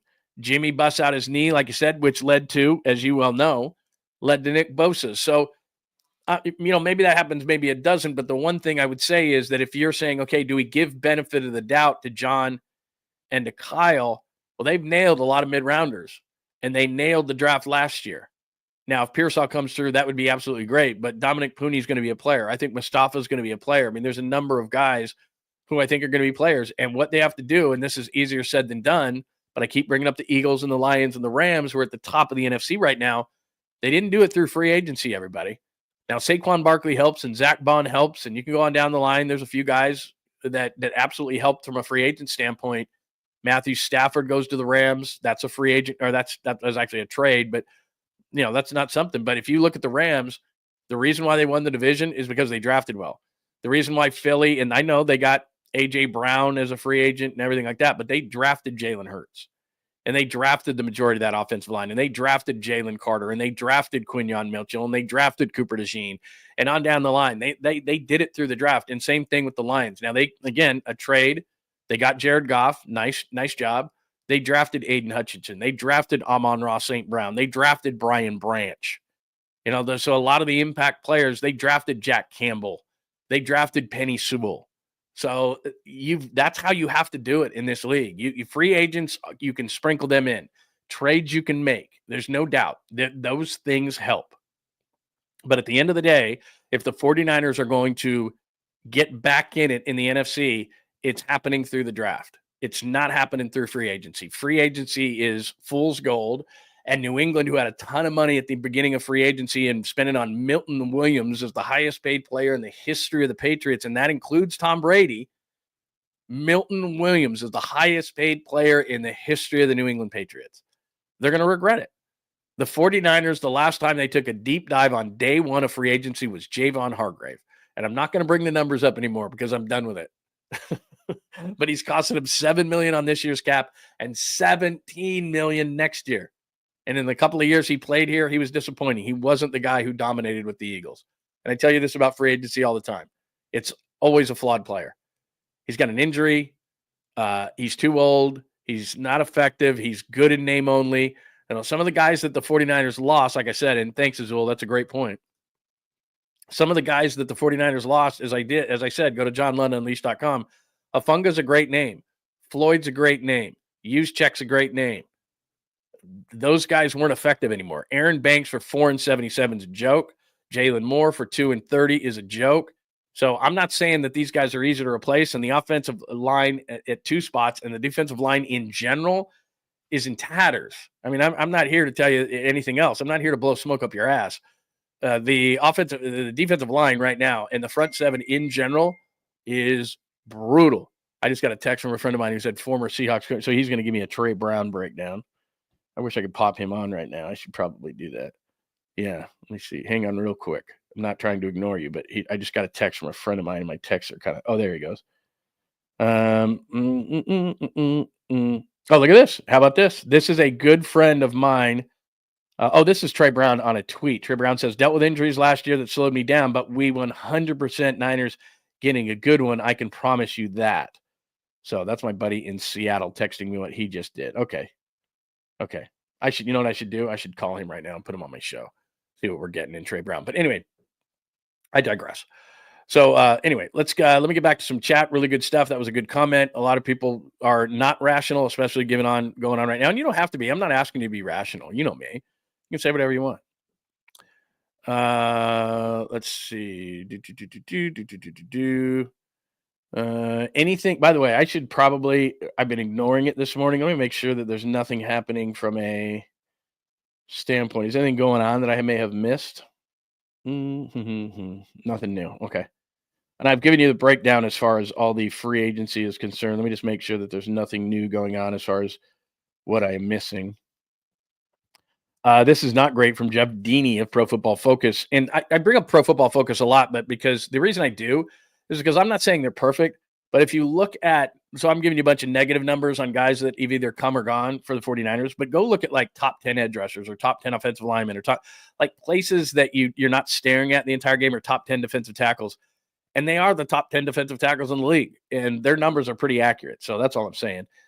Jeff Deeney of Pro Football Focus, my friend, sent me this. Trey Brown has allowed a passer rating of 103 over his 4-year career. That's not good. Played pretty much strictly outside, a lot of press. So there you go. 2024, 277 snaps and only 6 in the slot. So he's an outside corner only. Outside corner only. Okay. Let me just make sure that there is nothing new that I'm missing today. Let me just make sure really, really quickly. Okay, I don't see anything new. All right. Salary cap. Let me see. They're adjusting the salary. Let me just see where the Niners are on the salary cap. Okay, that's good. All right, let me get back out to the chat lines. By the way, it is episode 86. We are absolutely thrilled that you are here. 49ers money problem. I went over that with you. The dead cap space. How much did they really lose? I went through that in my piece at johnlundunleashed.com. No brosas. No brosas as Joey goes to the Bills for a little bit more money. The defense is the issue. They're going to score enough points. They're going to replace the guard. They're going to replace, I think, the center. But I do think that defensively, major problems. Weird signings. We'll go back over that. I don't understand them all, but I know that they are cheap. I don't mind Demarcus Robinson. The other ones, to me, are special teamers. Trey Brown's been hurt a lot, which I don't love. So that's what we are. We'll go to Kaminga back on Thursday. We'll go to that still. Verlander, the MLB hats, and Tolbert today means 1 o'clock. I'll be on Tom Tolbert's channel. So make sure that you tune in for that. And that will be not only here on John Lund Unleashed on YouTube, but also on Bay Area Sports Collective. So please make sure on Bay Area Sports Collective that you subscribe there as well, and you won't miss me, and put your alerts on, because yesterday, for example, I posted on johnlundunleashed.com, posted some new video, and I know you got me, and you wouldn't have known that if you didn't have your alerts on. Yeah, I'm sorry. I'm over-referencing PFF, probably. I would always say that. Oh, hello, Alaska Outdoor. I don't know if I've seen you before, so it's very nice. Everyone welcome Alaska Outdoor into the chat, and if you've already been here, I apologize. Wanted to make sure I said hello to you. What are we talking about with Billie Eilish? See, this is where the random happens at the bottom. If you're new here, what's going on with her? What's going on with Billie Eilish? Let's see here. What do we have? No. Yeah, I don't trust that Seahawks fan, because I just said that we were getting a good one, and then our guy Jeff from PFF went, bro. Hi, Rosemarie. It is great to have you. She says, hey, John, love how you tell it how it is. Keep rocking. All I'm doing, and I'm not biased one way or the other. I'm just simply telling you what's going on, and then the numbers are telling a story here. So I'm just reporting them, so don't get angry at me, but that's kind of the ugliness of it. I'm going to go to John Holmes here. Tyler Booker, offensive guard, Chance Warmack. Yeah, Chance Warmack I didn't love. But the thing about Tyler Booker, and I don't think they're going to take a guard. I really don't, especially at 11. But if they were to, just for the sake of our conversation, I've heard on Tyler Booker comps to Quentin Nelson of the Colts. And the reason I say that is because people who talked to Tyler Booker apparently at the combine were blown away. But I think they need to go tackle, and then they can move 𝐬𝐻𝐫𝐽s to guard and to replace Banks. That's what I think they're going to do. But you know what? You never know. There's a lot of different things going on here. Let's see here. What else do we got going on? Hey, Fuzzy Hugs. Let's see. I was going to pop yours up there. What else do we got? Anybody else got any questions, comments, thoughts? Because I'm going to move for just a minute on to the Warriors. Good morning, Antonio. I hadn't seen you in the room today. Good to see you. Niners are in a prime position, reloading while having a last play schedule. Right now, man, I'm looking at this thing, and I was very optimistic. They've dumped a lot, but again, read the piece at johnlundunleashed.com. It's not the names that you think. It's just where I'm at, and this is where the game is won. What are they doing on the defensive line? And what are they doing in the front seven? That's my major concern right now is if you look at the defensive line outside of Bosa, nothing. The linebacker core, Fred Warner, who's coming off an ankle, so he's going to be better next year. But I'm not excited about Curtis Robinson next to him. Sorry. I'm not excited about D. Winters being next to him. Sorry. You can find here's the positive thing about the 49ers. And look, this is a thing where they looked at everything. So they looked at the finances, they looked at the dead cap, but they also looked at the draft and said, okay, if we let go of some of these guys, if it's Malik Collins, if it's Javon Hargrave, if it's Leonard Floyd, who, by the way, all three of those guys last year sucked. I don't care if Floyd had 8.5 sacks. Go look at the other 600 snaps. He sucked. So he decided we're not going to overpay all those guys. We're going to take the hit. We're going to take this big financial hit right now. We're going to reset for a year, and then we're going to be back. But the whole thing about it is they probably looked at the draft and said, okay, there are those 24 starter talents that Daniel Jeremiah says there are. And they're not looking at Daniel Jeremiah. You and I are, but they know the same thing. And along the offensive line, there are players that they can get. That's a strong spot in this year's draft. The D-line is a strong spot. And then as far as off-ball linebackers, think of off-ball linebackers. In other words, guys who aren't screaming off the edge after a quarterback. Fred Warner's an off-ball linebacker. Dre Greenlaw's an off-ball linebacker. Those kind of guys are kind of like the running backs of the defense. And I don't mean that in a literal sense. What I mean is that they're undervalued, like a running back is undervalued.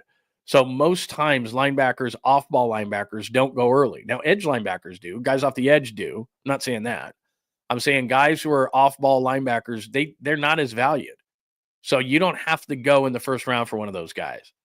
So the first round to me, it's looking more and more, and I don't want to lock into a position because it just depends on who slips. Like Mason Graham of Michigan's a really good defensive tackle. If he were to slip, I think they'd take him at 11. But if Will Campbell of LSU or some Membu, the kid out in Missouri or something like that, is there at 11 and there's nobody else obvious, they're going to take that guy. He's going to be the right tackle. They're going to move 𝐬𝐻𝐫𝐽s to left guard, and Trent Williams is going to reluctantly stay on this team that may not win a whole lot. And that's solved right there. Boom. Offensive line, fine.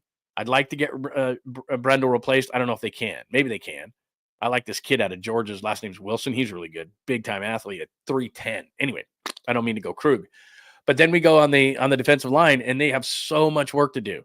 It's not all going to be through the draft, though. There will be guys because of free agency. And again, first day of the year, NFL year is now. And so you're going to start signing guys, and you're going to start releasing guys. And hopefully there's a couple of guys who can at least be workmanlike in the middle. I think that's the best you can expect out of the defensive tackles is let's be workmanlike inside, but they need to find a dynamic edge guy opposite Nick. And Joey Bosa wasn't going to be that guy. You and I talked about it over the last couple of days. It wasn't going to be that guy. But what it was going to be and what it needs to be is ever since D Ford started limping around in 2019, they just haven't been able to find that guy. And I know 8.5 sacks, but you get absolutely blinded by 8.5 sacks by Floyd. Must have had a good year. In the other 600 snaps, he had a PFF grade of 53. And he had one of the worst run grades in the league. And all you got to do is watch the tape. At 240 pounds, he can't hold the edge. And so that's why he's in Atlanta. And he's fooled them into thinking he's going to be something for a 1-year, $10 million deal. So he wasn't the answer. And he wasn't the long-term answer. So the Niners went, you know what? Why are we doing this? And they're going to have to eat money on him as well. But they need to find somebody in the draft that I think they're going to go edge before defensive tackle, although tackle's really good in this draft, so maybe they will go tackle. But I think they're going to find workman-like tackles who can stop the run, push the pocket, find an edge guy opposite Nick, which is a big deal, find a tackle, which I think, as I told you, the offensive line gets fixed that way, and then 𝐬𝐻𝐫𝐽s moves inside, and then linebacker-wise, probably in the mid-rounds. Find a guy, because remember, here's one thing. I'm going to go back to that, to the super right here really, really quick from, I hope I'm saying it right. Azul says, that he's got confidence in him. Remember, to give you a little bit of positive here, Fred Warner, 3rd round pick, Dre Greenlaw, 5th round pick. They found linebackers. They have a history of being able to do that. So can you find a guy in the 3rd or the 5th round? I'm not saying they're going to be Fred Warner. I'm not saying they're going to be Dre Greenlaw, but somebody you can put next to Fred Warner. And the hardest part about an off-ball linebacker and finding one of these guys, everybody can go forward. You can find that guy. You want to come forward and stop the run? You want to fill a hole, those kind of things, going forward. The problem is, and I told you this yesterday, is finding a guy who can cover against the pass. Because we saw Devondre Campbell last year. We saw the back of his jersey, Campbell 59, constantly. Why? Because he was chasing a guy down the field after he had just beaten him on a route. And if you've got a linebacker like that, they are going to pound you all day. Running back, a slot receiver, tight end, they're going to crush you with it. Because that's what the game's about, right? It's about finding the matchups. And so if you've got a linebacker that's susceptible and is not good against the pass, you're going to get crushed all day long. And so can you find that guy? Because that's rare in college. And I told you this, first training camp, I was down when Reuben Foster got drafted. Everybody was excited about Reuben Foster. Remember, they traded back into the round. They get Reuben Foster ahead of the Saints. And everyone's excited about this guy. And I watch drills. Foster could come forward. Now, his stuff was all off the field. But I'm saying when they first drafted him, everybody's all excited about him. So I'm watching 56, and he's going forward fine. He's making plays. And all of a sudden, they get him in pass drills. And not only was it, Kyle Juszczyk made him look like a child. It was just foolish. It was ridiculous. He was falling down. Kyle Juszczyk would run like an arrow route and cut inside. And Foster fell down a couple of times. I'm like, oh, my God. But then it was like, I couldn't remember who the tight end was. It was nobody special. It was like a 3rd string blocking tight end. And he ran a route, and Foster wasn't even in the area code. And I was like, So that's the problem, is that you get linebackers who can come in who are 1st-round picks or top-round guys and everything, and you get all excited about them. Who can cover? Dre Greenlaw could cover. Fred Warner could cover. If you got a guy next to Fred Warner who can't cover, that's going to be a problem because it's a passing league. So that's where I think my issue becomes. And of all the guys, and like I said, I wrote this at JohnLundUnleashed.com, and I gave you panic levels on all the guys that left. I only go high panic levels on Floyd and Hargrave because of what's left on the line, not because of those guys in general. The only high panic level number I have is Greenlaw because that replacement is not on the roster. Hufanga, there's a replacement on the roster. Banks, there's a replacement on the roster. Go on down the line. Juszczyk, they've already replaced that with Luke Farrell. There's replacements on the roster. But in Greenlaw's case, there's no replacement on the roster, and that's why of the panic levels that I've given you, and I'm pretty low panic, it's more about quantity than quality that actually left the building. Like Charvarius Ward had a 56 PFF rating last year. He just wasn't very good because of the things off the field. 2023, Charvarius Ward, they re-signed that guy. But in 2024, they decided, okay, Demo Lenore is going to be our guy. We're going to re-sign him. Ward's not going to come back to the Niners. So some of these things that have been written and said, you were shocked that Aaron Banks left for $4 and $77. You wanted that? You wanted to pay Jalen Moore $2 and $30? You wanted to pay Hufanga, who hasn't been good since 22, $3 and $45, and you've already got Mustafa to replace him. So I'm just here again, like I said, rational and fan are two different things. I'm just trying to have you understand that, hey, look, I'm not saying financially things are great because they're not. But what I'm also telling you is we shouldn't be shocked by the guys who left. And to be completely honest with you, there's not a lot of impact that left. There's some name value that left. Ward's got a name. Hufanga's got a name. But there wasn't a lot of value in terms of the way that they played, especially last year. Greenlaw, to me, is the only one who does that. So anyway. Ian Rappaport reporting that 49ers never came close to landing Joey Bosa before he got a new contract with the Bills. Let me tell you something. We know that because we're looking at the guys who were signed by the 49ers, and just to kind of reset real quick, if you just jumped into the fray here, these are the guys that they signed. DeMarcus Robinson, that's not a bad signing, DeMarcus Robinson. Richie Grant, 1 year. Gifford, 1 year. Pinnock, 1 year. These are 1 year deals that next year they're going to reset this whole financial situation. Richie Grant's a special teamer. Gifford's a special teamer. If they think Pinnock's going to play in the base, that's going to be a major problem. Like I said, he had the worst passer rating against last year for any, targeted 20 or more times. And he plays well near the line of scrimmage, but so does Malik Mustafa, so you're redundant there. So I think he's going to be a special teamer too. I could be wrong, but that's what it is. And just to reset this really, really quickly, and then I'll move on to some NBA stuff because the Kaminga story is really big. That's dead cap right now, almost $80 million, most in the league. And they're going to add on to that Hargrave and Collins, so you're going to be way over 80. If they were to somehow trade Ayuk, you can throw another 18 on that. And Hargrave is one of the worst signings in the history of the team.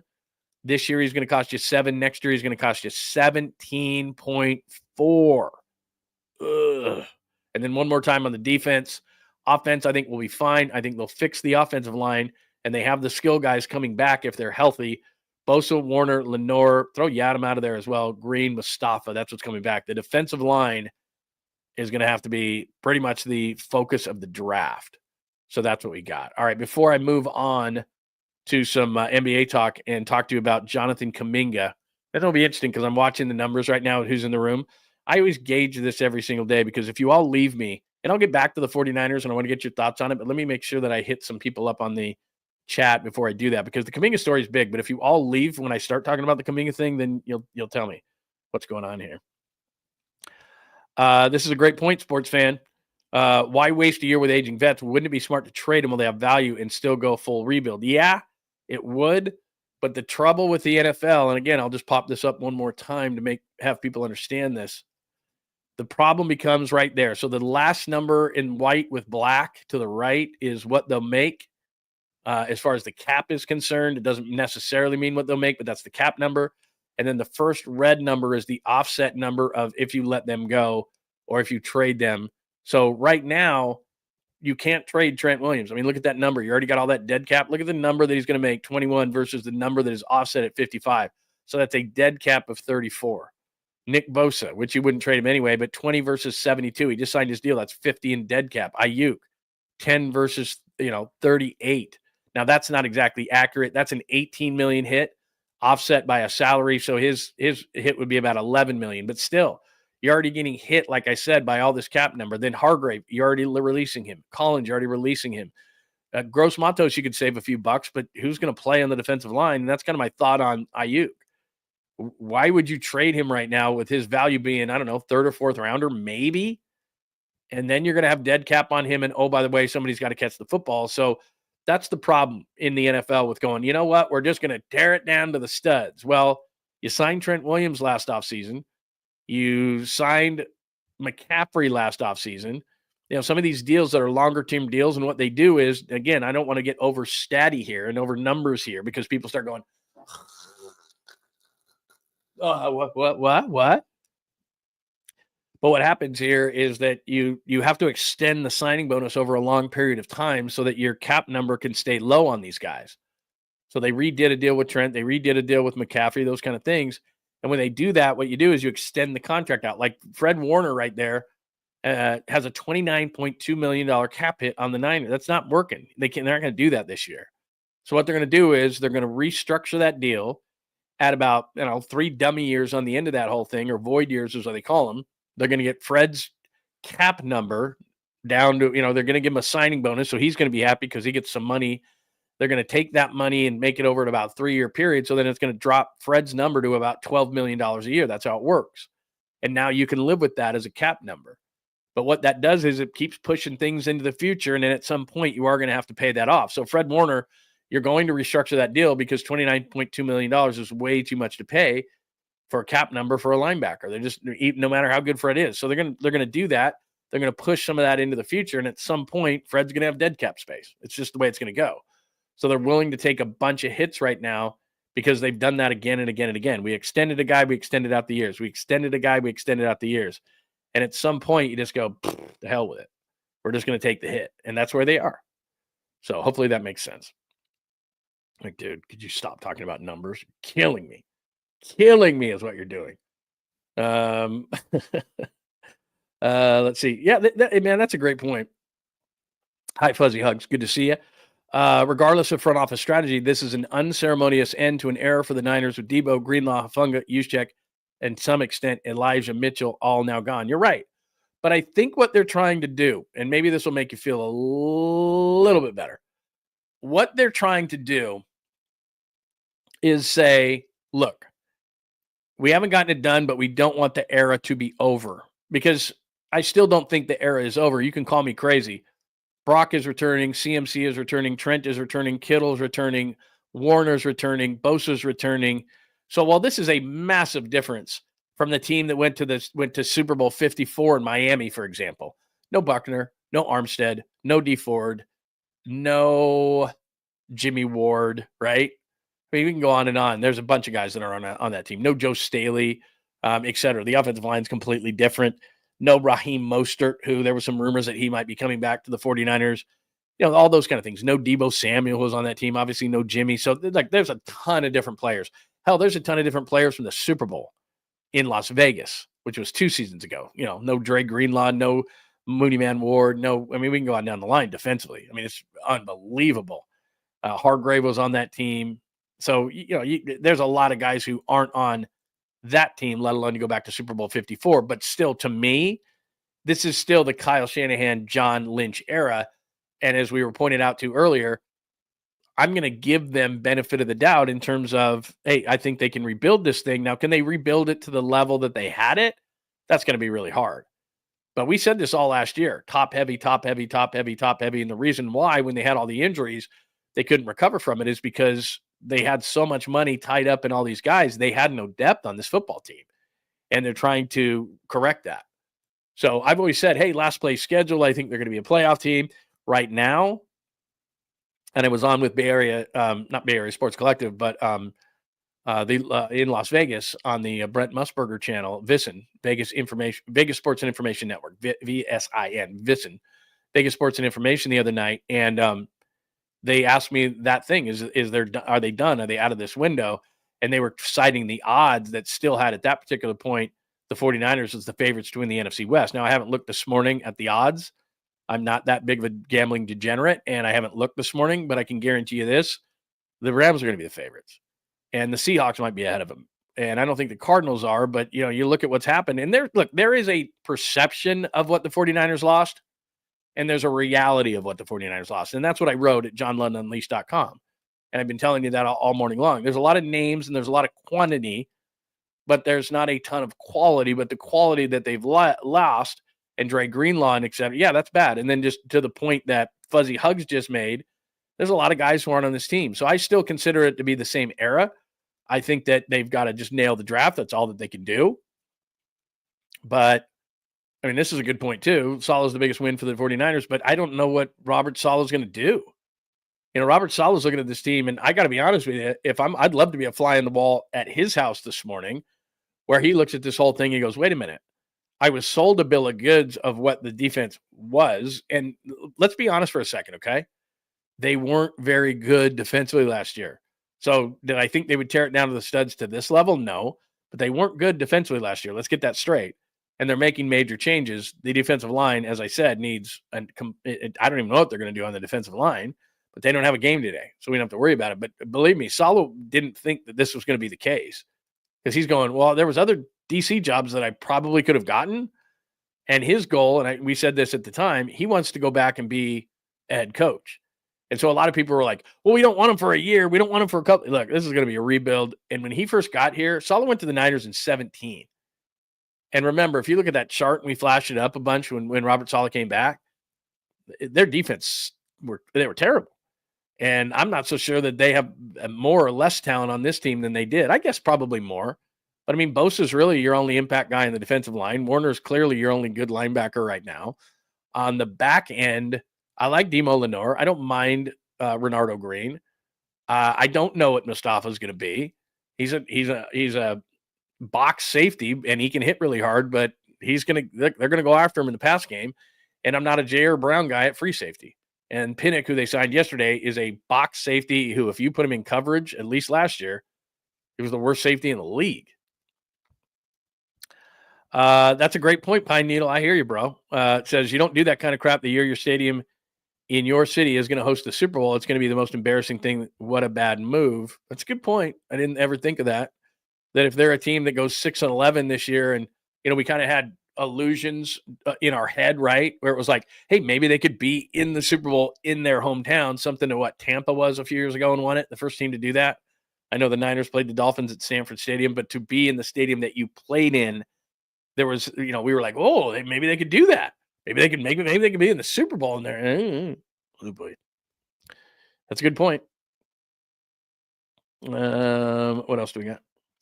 All right, should we go to the Niners, or excuse me, should we go to Kaminga, or are you still enthralled with this? Let's see what we got. Yes, I will 100%. We are talking right now, Dom, and it's great to see you in the chat today. We need you on Polymax Particles soon. Great show, bro. Thank you. Yeah, I'll be on with Poly. In fact, I was texting with Creative Tony, and because we're all part of the Bay Area Sports Collective, if you didn't know that, please make sure you subscribe on YouTube. But yeah, we will absolutely positively do that. No question about it. Let's see here. Why is my wife in the room? What are you doing? What's going on? See, this is what I do when I go into random, because I'm good. Thank you very much. Boy, she's the great. I take it all back. She's the greatest.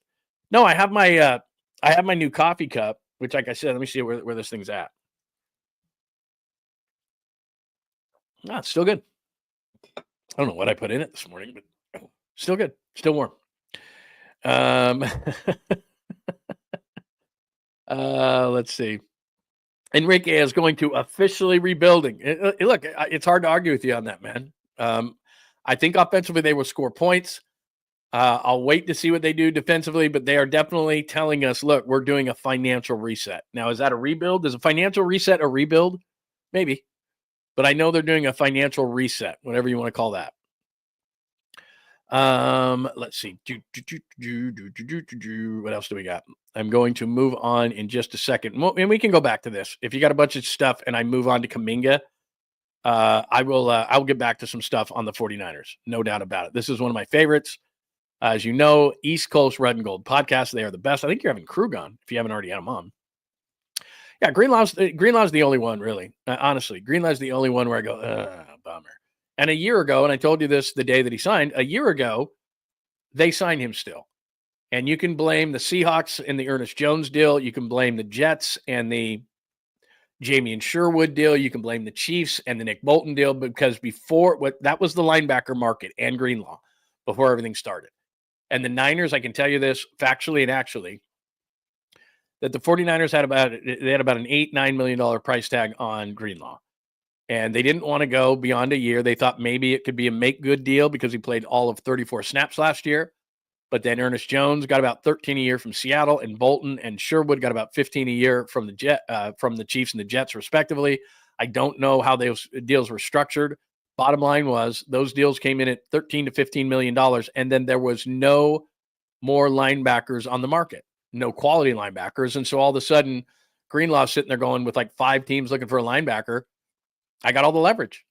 And so the Broncos end up giving him, 3 and 35. Again, I don't know how it's structured, but I'm sure they went back to the Niners and said, that's $11.3 million a year. The Niners and Jed York, I'm sure John tried one more time and went, are you sure? And Robert Saleh texted John and goes, you better make this happen. And he didn't, and it didn't. And in past years, they would have made an emotional decision. As we talked about before free agency started, they weren't going to do that. So they didn't make an emotional decision. They didn't come off their number. It was not only too high for the AAV from 8 or 9 to 11.5, but also the years. They didn't want to go 3 years on him. You can, say whatever you want. The problem with that to me is you don't have a replacement on the roster. With the other guys, I'm just not that worried about it. With Juszczyk, it's been done. With the Funga, it's already done. With Banks, he's not that good. With Moore, he's a swing tackle. Burford could be that, or somebody they get. That's not a big deal. Aaron Banks, 4-77. Please, that's a joke. So they'll be fine. I have a weird feeling McKivitz is going to be your left guard, and they're going to draft the right tackle, but I could be wrong. So they'll be able to. Those guys, it's again, you're freaking out over quantity. You're freaking out over name value. Charvarius Ward was not a good corner last year. It's 23, Charvarius Ward. And we knew what was going to happen. They signed Demo. You knew they weren't signing Ward. So, Renardo Green wasn't bad last year, and I expect him to be better in the second year. So there's all these different things where they have a replacement, or that player's not going to be that hard to replace. But that's not the case with Greenlaw. So I bet that the powers that be, whether they be Kyle or John or Saleh, probably pled to Jed and Parag and the powers that be that hold the purse strings. Please, please, please, please, please. Greenlaw, please, please, please, please, please. Didn't happen. And it wasn't going to happen. We're not doing that this year. We've decided we're not doing that. So that one hurts. There isn't a replacement. And he's an emotional guy and everything else. But the one thing is, he's not only is it they didn't want to go past that number. Achilles is the worst injury in sports right now. And there's nothing that says he's going to automatically come back from that. And they didn't want to be in that boat because what are they doing? They're paying a bunch of dead cap for a bunch of players who aren't playing for him. And I've popped this up a bunch of times. I'll do it for the last time, and I'll give you fair warning every. But again, that's what they're paying this year: $78 million for guys who won't play, and add 2 more guys to that in Hargrave and Collins. So they just decided, you know what? We're not taking the chance anymore. Can't do it. All right, let me just check one more, and then let me get to Kaminga because I keep saying this, and we're almost 2 hours into the show. So let me make sure that I've got this. Great question. I'm glad you're checking in from Hawaii, 808. You're the man. I've said this morning. It just depends, but I have a weird feeling that they're going to have a choice between Mason Graham of Michigan, and they really need a defensive tackle, so they may go there. And then if Will Campbell, because they're talking about short arms from LSU, is there, I think they stick him at right tackle as the left tackle of the future. And I think they move Colton McKivitz to guard because I've heard from many people down there in Ninerland that they think actually McKivitz is a better guard than tackle. And he's got that nasty mentality. So I think they could go Will Campbell or the kid from Missouri, Membu in the first round, stick that person at right tackle, McKivitz at left guard, and your line is better. And you have your left tackle of the future. And I can guarantee you this, Trent Williams is waking up after free agency going, huh? What? I'm 37, man. I thought we were going to try to win a championship here. So he's not real happy, but there's nothing they can do. They're not going to have dead cap like this. Like I said, will they have a dead cap bounce next year? Yeah, like I said, I showed you Hargrave, 17.6 on Hargrave. Ugh, that's what they're trying to avoid. And they're going to have more dead cap. There's no doubt. I think Debo's still got more dead cap. They're going to have it, but not like this year. And that's what they're doing. They're just saying, you know what? Ooh, good call right there, bro. Niners need the 81 draft and a trade.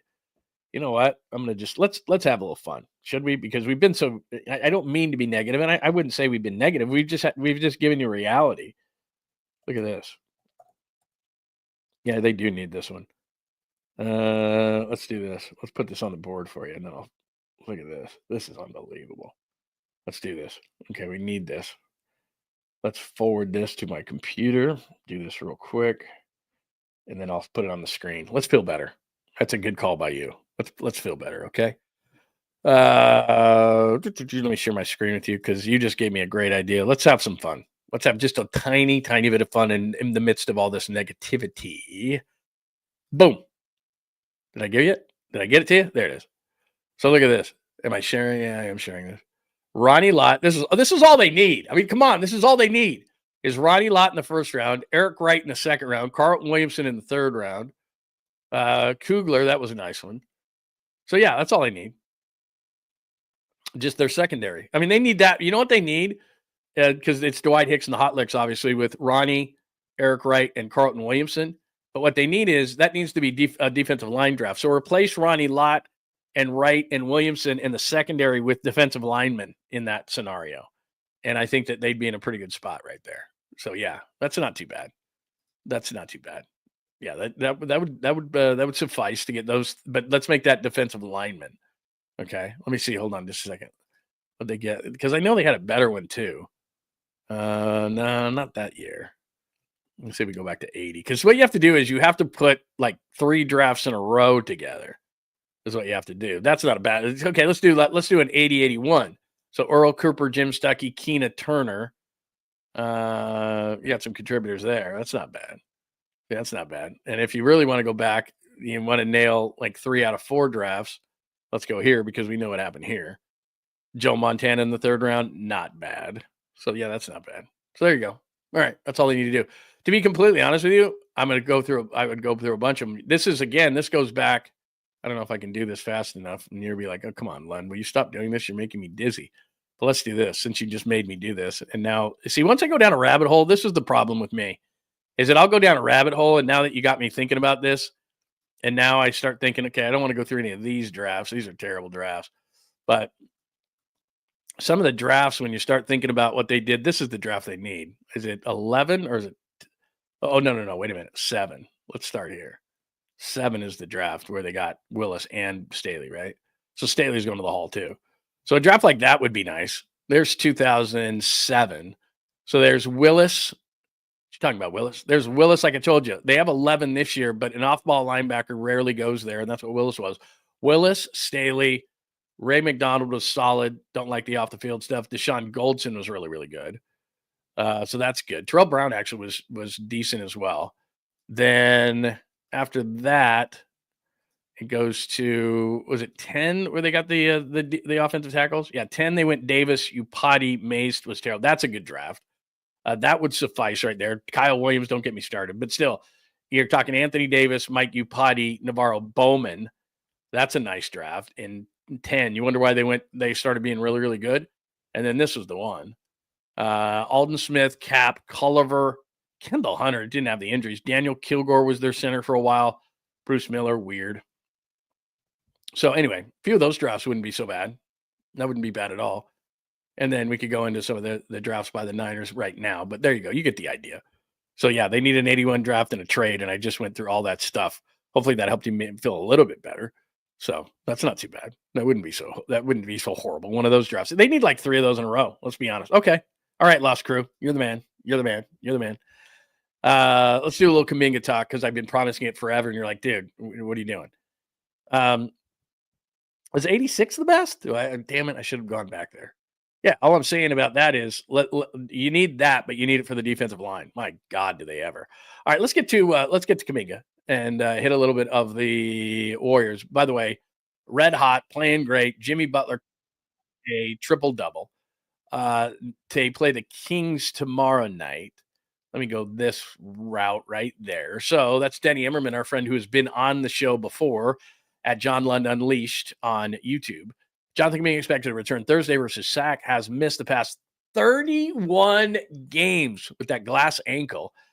His reintegration, now this is the part that's interesting to me, his reintegration into a completely new team, one that's rolling with Jimmy Butler, will be the biggest dynamic to watch down the stretch. And we are officially down the stretch. So my big question around Kaminga is this. His agent is in his ear on one side of it, saying, Jonathan, you've got to make a big impact here, man. You got to get on that court. You got to crush it. And, we got to get a contract. And So that's one side of it. His agent is in his ear going, hey, to make money, you got to be the man. And for the 10 games before Kaminga got injured, and he's been out since January 4th, he was averaging over 20 points per game. But remember, that's not Jimmy Butler. So hopefully Kaminga, who I'm going to give you a little news flash here. It's not really a news flash. You probably know this if you're a Warriors fan at any level. He's not the easiest to coach. He's got a bit of an ego. I like that in my players. That's fine. But he's got to realize to reintegrate, to use Danny Emmerman's word there, to reintegrate himself into the Warriors situation, they're rolling, bro.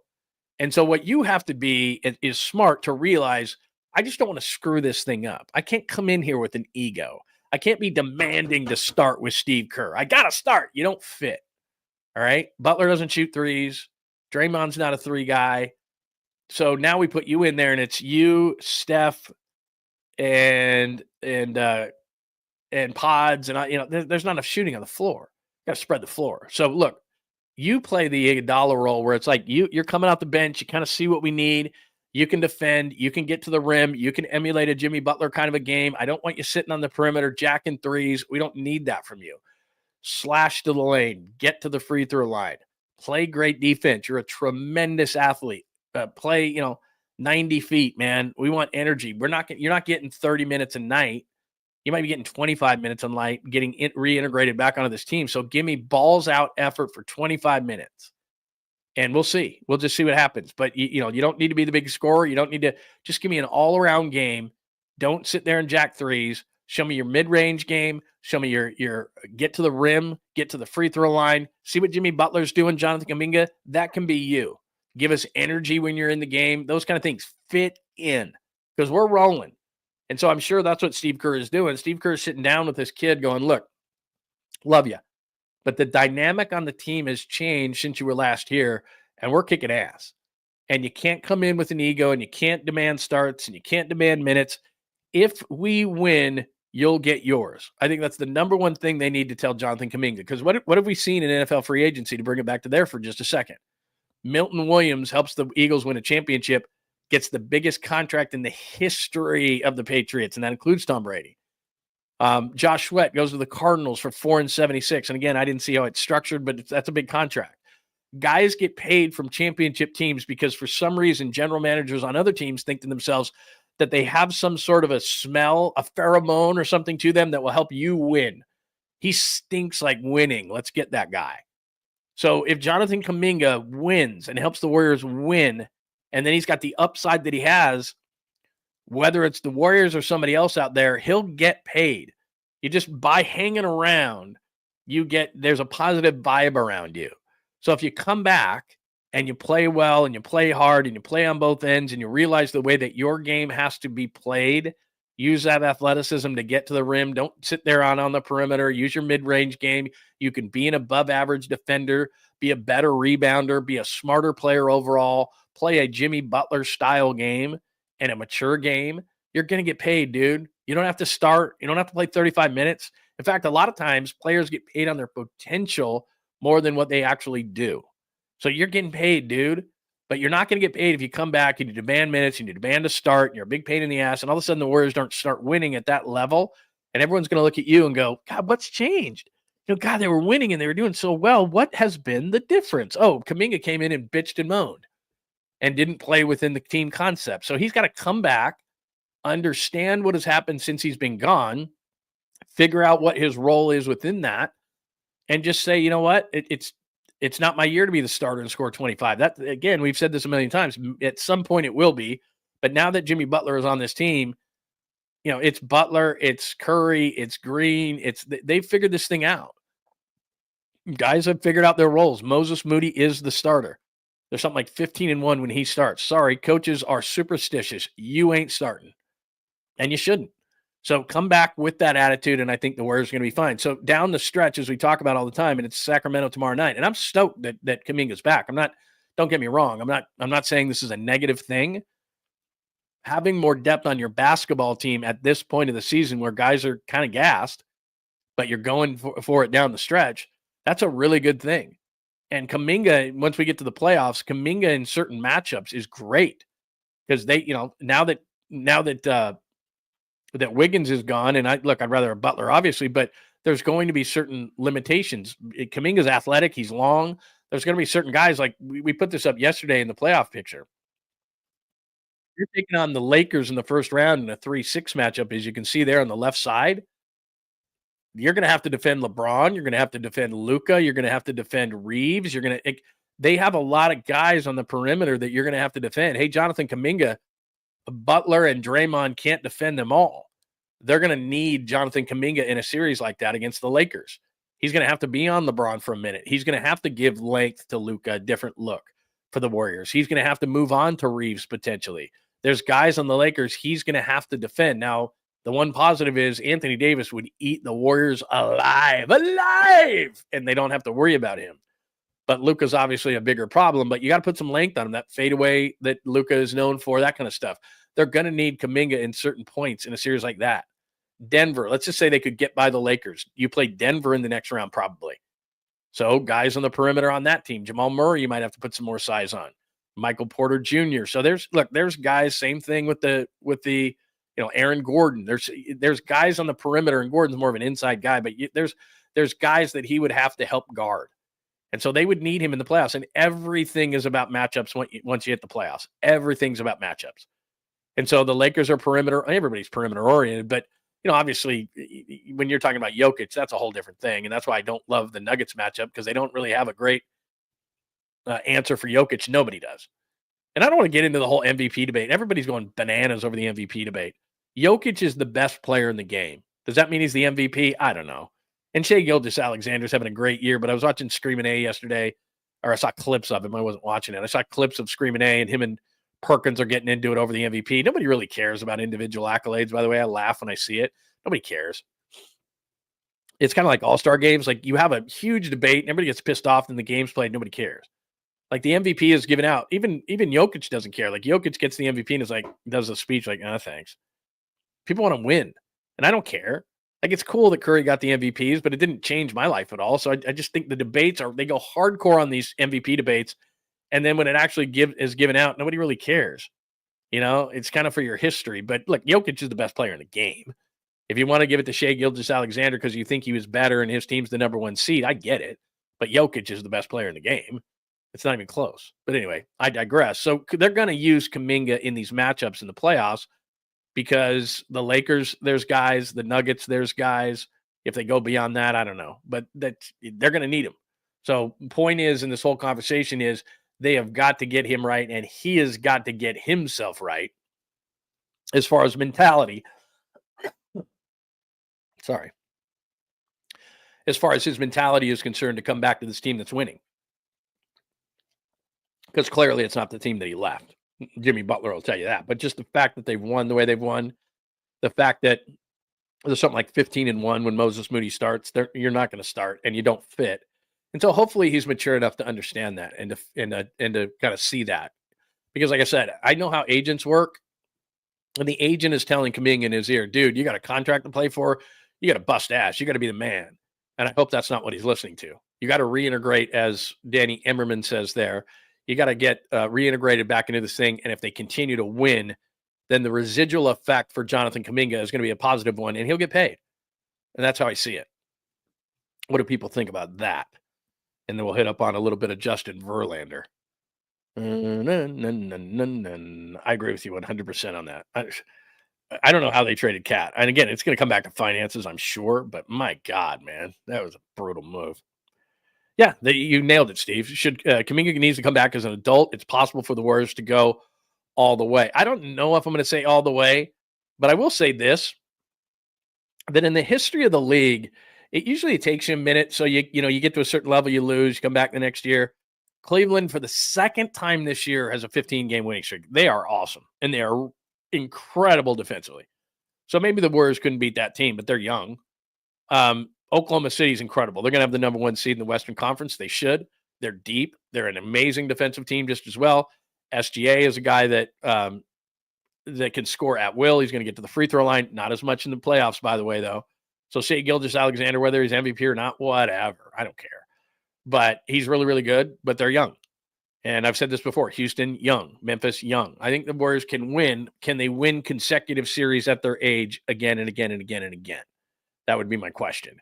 And then if they have to be on, and I said this yesterday, if they're on the wrong side of the bracket, which to me, the wrong side of the bracket is the bracket they're on right now, which is Lakers in the first round, Nuggets in the second round, I want them on the other side of the bracket.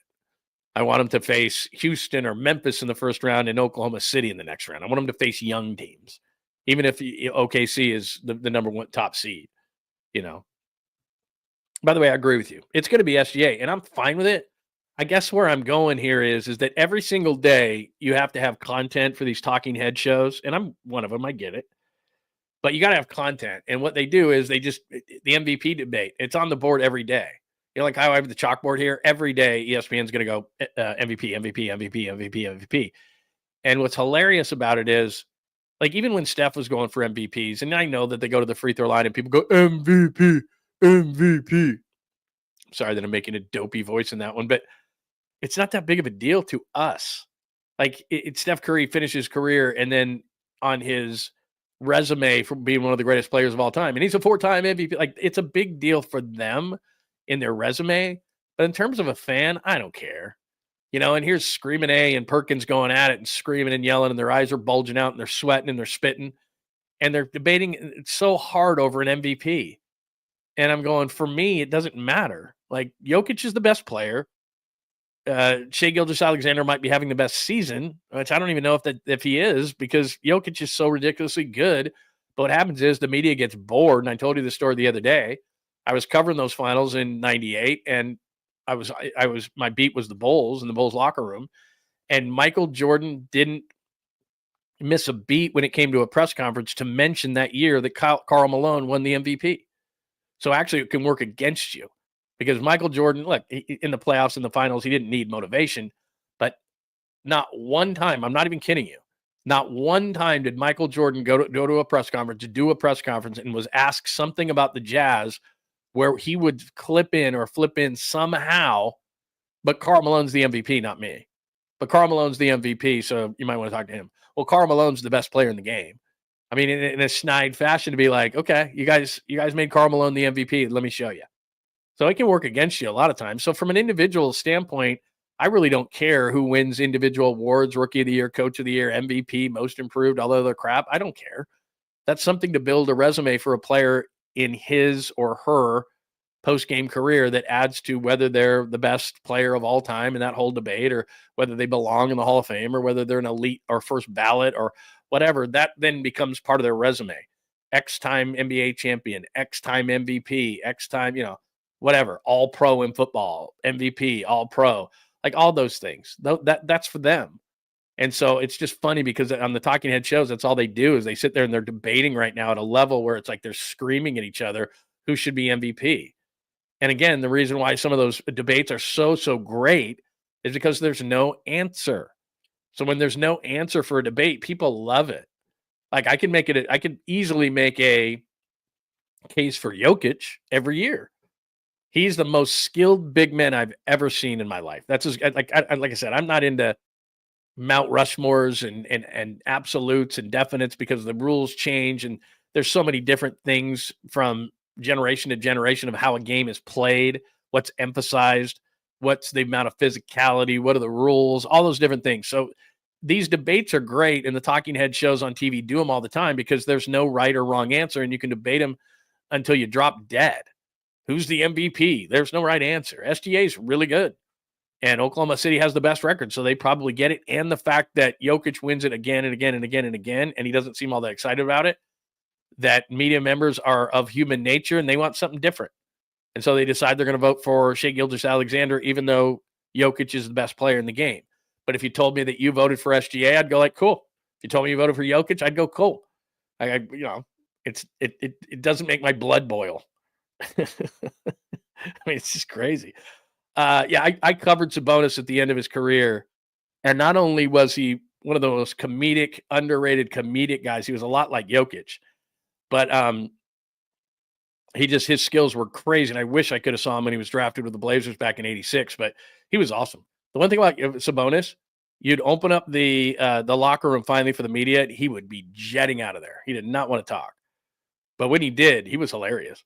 This is Arvydas Sabonis. He had this big voice, and he was gigantic person, like the biggest person I've ever seen in person that played athletics. Like Shaq was big, don't get me wrong. Sabonis was bigger than Shaq.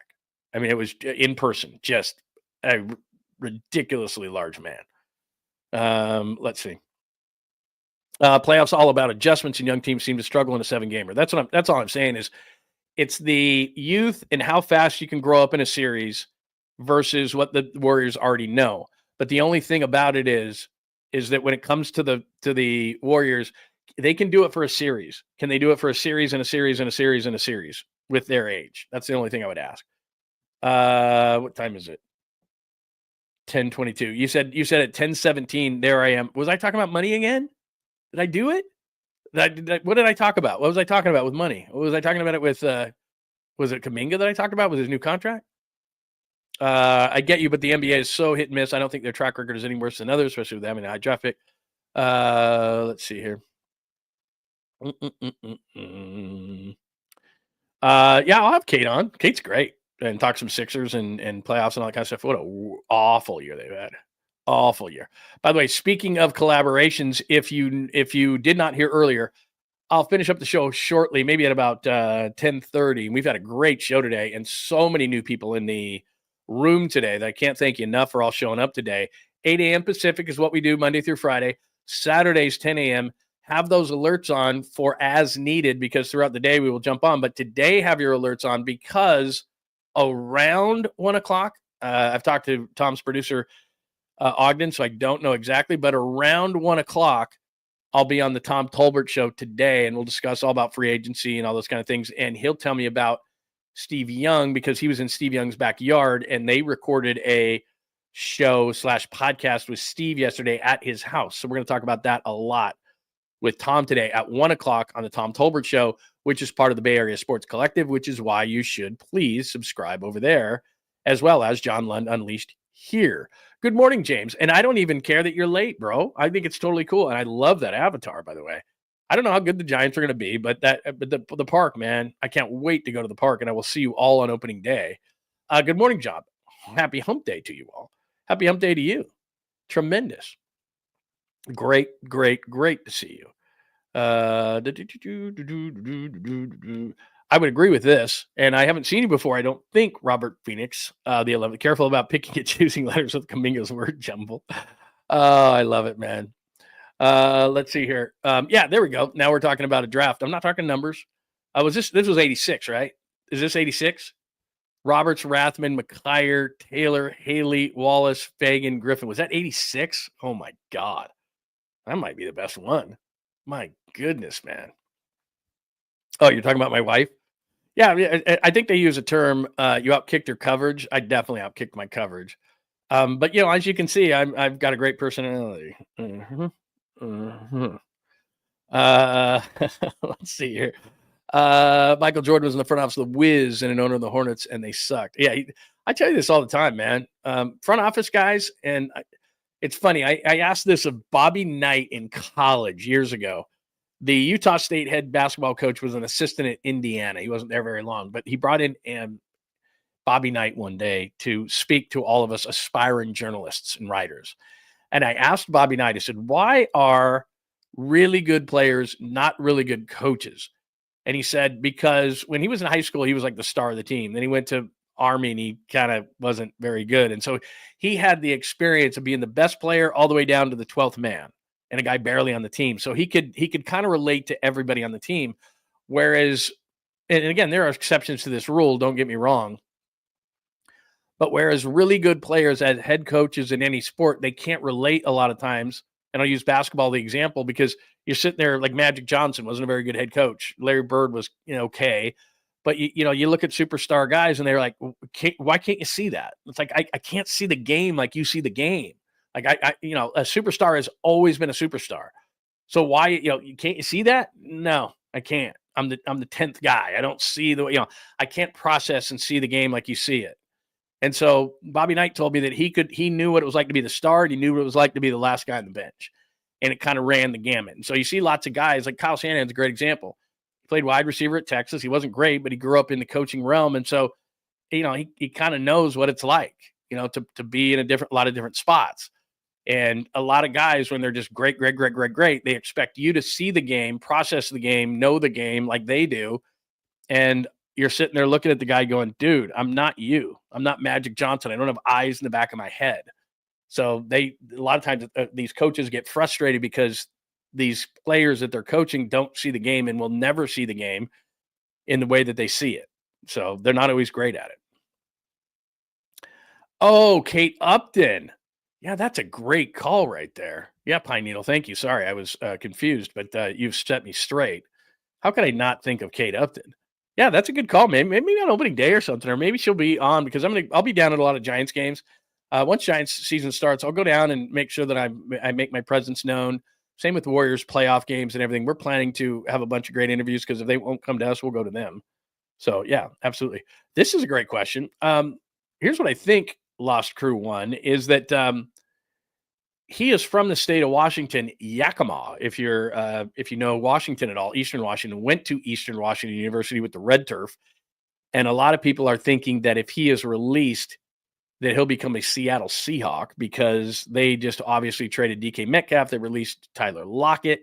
They're focusing on the offensive line, specifically guard, Seattle is, from what my friends are telling me up there. And they only have Jackson Smith and Jigba. JSN really is a decent wide receiver on that roster. So they're thinking maybe Cooper Kupp and a draft pick for Seattle. So that wouldn't be great because then he doesn't even leave the division. But I wouldn't be surprised. Yeah, would the Niners make that call? Yeah, but given their financial shortcomings, as I've gone over, and if you missed any of the stuff that I went down and you're going, why are the Niners doing this? You can go back to the start of the show, or right after the show, I will post and we will have the chapters available and you can just click on whatever you want. So if you don't want to hear this or hear that, then you can click wherever you want. But Cooper Kupp makes a ton of sense for the 49ers. And they just picked up Demarcus Robinson, though, so a different Ram. And I don't mind the Demarcus Robinson signing, by the way. I didn't exactly see it coming, but Demarcus Robinson is probably going to be the X until Brandon Ayuk comes back. So, yeah, I mean, it would make some sense, but Cooper Kupp would have to play for a lot less money than he probably wants to. And so I think, given what I have heard in Seattle, that they like him. He's from the state. If he gets released, I could see him going to the Seahawks, and I don't think anybody's going to pick up Cooper Kupp's contract. So, could be wrong, but that's what I'm thinking. That's what I've heard as far as that goes. Kate Upton. Yeah, I screwed that one up, didn't I? What else? All right, let me do this. I think this video, let me see if this video is no good. I think it might have screwed up. Yeah, I was going to play some Verlander for you, but I don't really need to do that. Let me just do this. Let me just switch real quick because I've kind of jumped all over the place as far as the chalkboard is concerned. So again, it's episode 86, 49ers money problem I showed you. What did they really lose in free agency? Lots of names, lots of quantity. I don't think as much quality. You can go to johnlundunleashed.com for that. No Brosas. Joey's going to Buffalo. The defense is in shambles. The offense, I think, will be fine. Weird signings. I went over that. Kaminga back Thursday, we discussed. Have not gotten to Justin Verlander or MLB hats. Let me do this. Justin Verlander, I was going to play you a fancy video, but there you go. 5 innings pitched, 4 hits, 1 run, a base on balls, 4 strikeouts against the Sacramento A's, everybody. He looks good. I'm going to be honest. I might be wrong on Justin Verlander because I was like a 42-year-old with a neck injury. I don't know, man. He was humping it up there 96, 97 and blowing gas, and he still got the break on the breaking ball, and Arizona's not actually known for that. So he'll probably be better once he gets to Oracle Park. But he might be the Nolan Ryan type of just freak. You know, he's just a freak. He's throwing 96, 97. Now, here's where I would give a little caveat here, and I don't need to be right, all right? Because I didn't love the signing. I don't need to be right. And most times I'm wrong. But I'll give you this, that he's got to get through the season. Like a lot of times last year. So I was very outspoken on KNBR last year about Jordan Hicks. And I was like, I just don't like the signing. I'd rather have him blowing 102 out of the pen. And I'll stick to that this year. I'd rather have Jordan Hicks in the 7th inning throwing 102.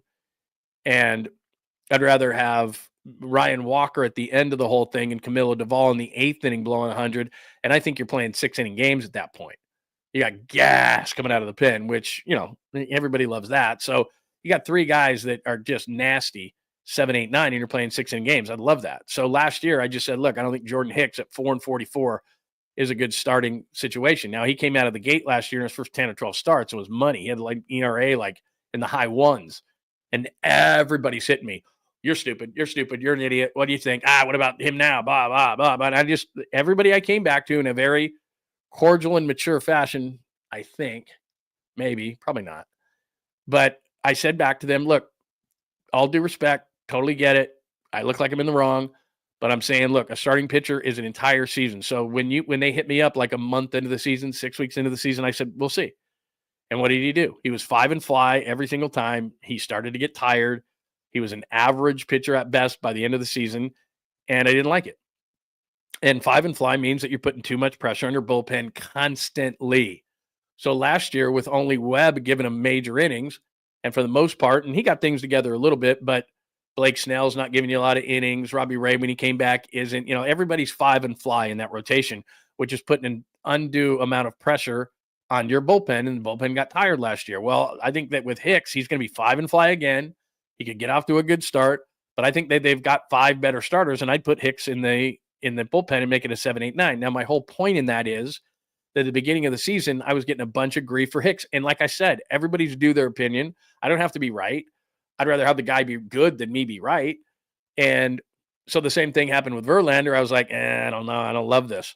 But when you see what he's doing, and I don't overvalue spring training, you watch spring training. So those numbers are great. But if you saw Verlander, and again, I was having an issue with a video, so I don't have it for you.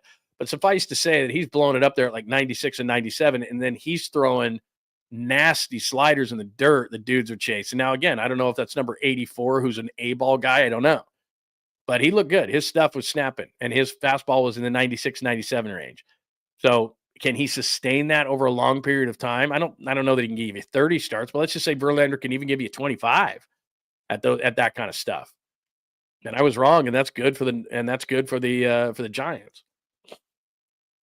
All right, let me give you one more because I got this thing. Let's call this portion the caboose pistol. All right. Let's call this portion the Sweet Clean Family Friendly Caboose Pistol, because here's the thing. There's a few things I got on here. I think by and large, and if I'm wrong, I'll correct myself, but by and large, I think this is correct. A lot of times, as far as merchandising is concerned, and jerseys and hats and all these different things in Major League Baseball, the NFL, the NBA, they're not targeting me. I'm not the demographic. I get it. But what I often do is I'll go to my 21-year-old son and I'll text him something and I'll go, is this cool or not?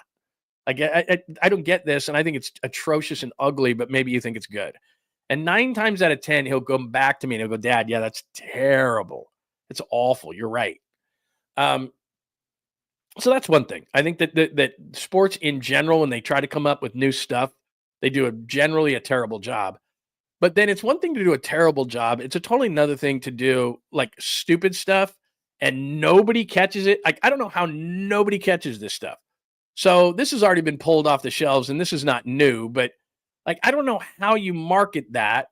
It says ass, like right on the hat, like a 6th grader could see that. Like, it's okay. So there's a little apostrophe after the A, but right there, it says ass.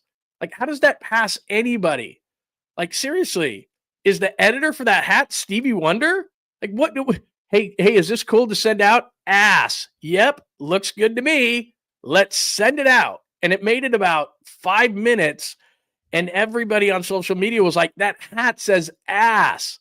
And especially when you're John Fisher and the A's are doing stupid stuff like they're doing. Ass. It says ass right on the hat. Like, that doesn't get by anybody. Like, a 3rd grader is chuckling sophomorically at that. This is ass. Hell, I laughed at it. Like, that doesn't get by anybody. My dog knows that says ass. So anyway, that was an effort. Ass. The A's hat. Ass. He's the ass man. He's the ass hat. Like, what? Like, how does that pass through anybody? But it did. And then in Texas, how does that pass through anybody? It says titas. Like, I know what that means. Like, come on. And it's Texas. There's a lot of Spanish people, speaking people in Texas. I mean, come on. How does, again, let's pass this. Everybody, let's pass this up to Stevie Wonder and see what he thinks. He says it's a go. Let's have it printed. What are you doing? I don't understand. And like, again, like sophomorically, you would know, like, it's not like it's complicated. We're like, oh yeah, I didn't see that. Like, somebody had that printed and said it was okay. Like, do they do this in a dark room late at night and nobody has to pass off on this stuff? It's a Major League Baseball piece. This didn't come from like Tijuana. This isn't a fake piece. This isn't a guy selling hats and t-shirts that illegally in front of the stadium. This is MLB gear. And they send it out at like MLB.com. Like, you can order that hat. Well, you can't now because they already pulled it. It's like, who's doing this? Why? The ass hat and the Titas hat. Like, my God, man. Blows my mind. Like, you think when you're growing up, not to go on a tangent here, but you think when you're growing up that business people are smart, right? They have a briefcase. You're just sitting there watching cartoons, eating your Lucky Charms or something, and you see your dad or your mom or whatever, or somebody in a suit, or you look on TV and you see a politician with a big, nice, crisp red tie or whatever it is. And you think everybody's smart, and you think everybody knows, and you think everybody's a good business person. And you think that's like, well, look how they're dressed. That's a great banker right there. That's a great, whatever sales guy. Like, they know what they're doing. And then you get older and you realize that everybody is stupid. Like, how does that happen? How does this happen? Like, my God, people are dumb, or they just don't care. It's like, whatever, man. Just, yeah, sure. The guy who approved, like, is the guy who approved those hats, is he fired or is he still on the job?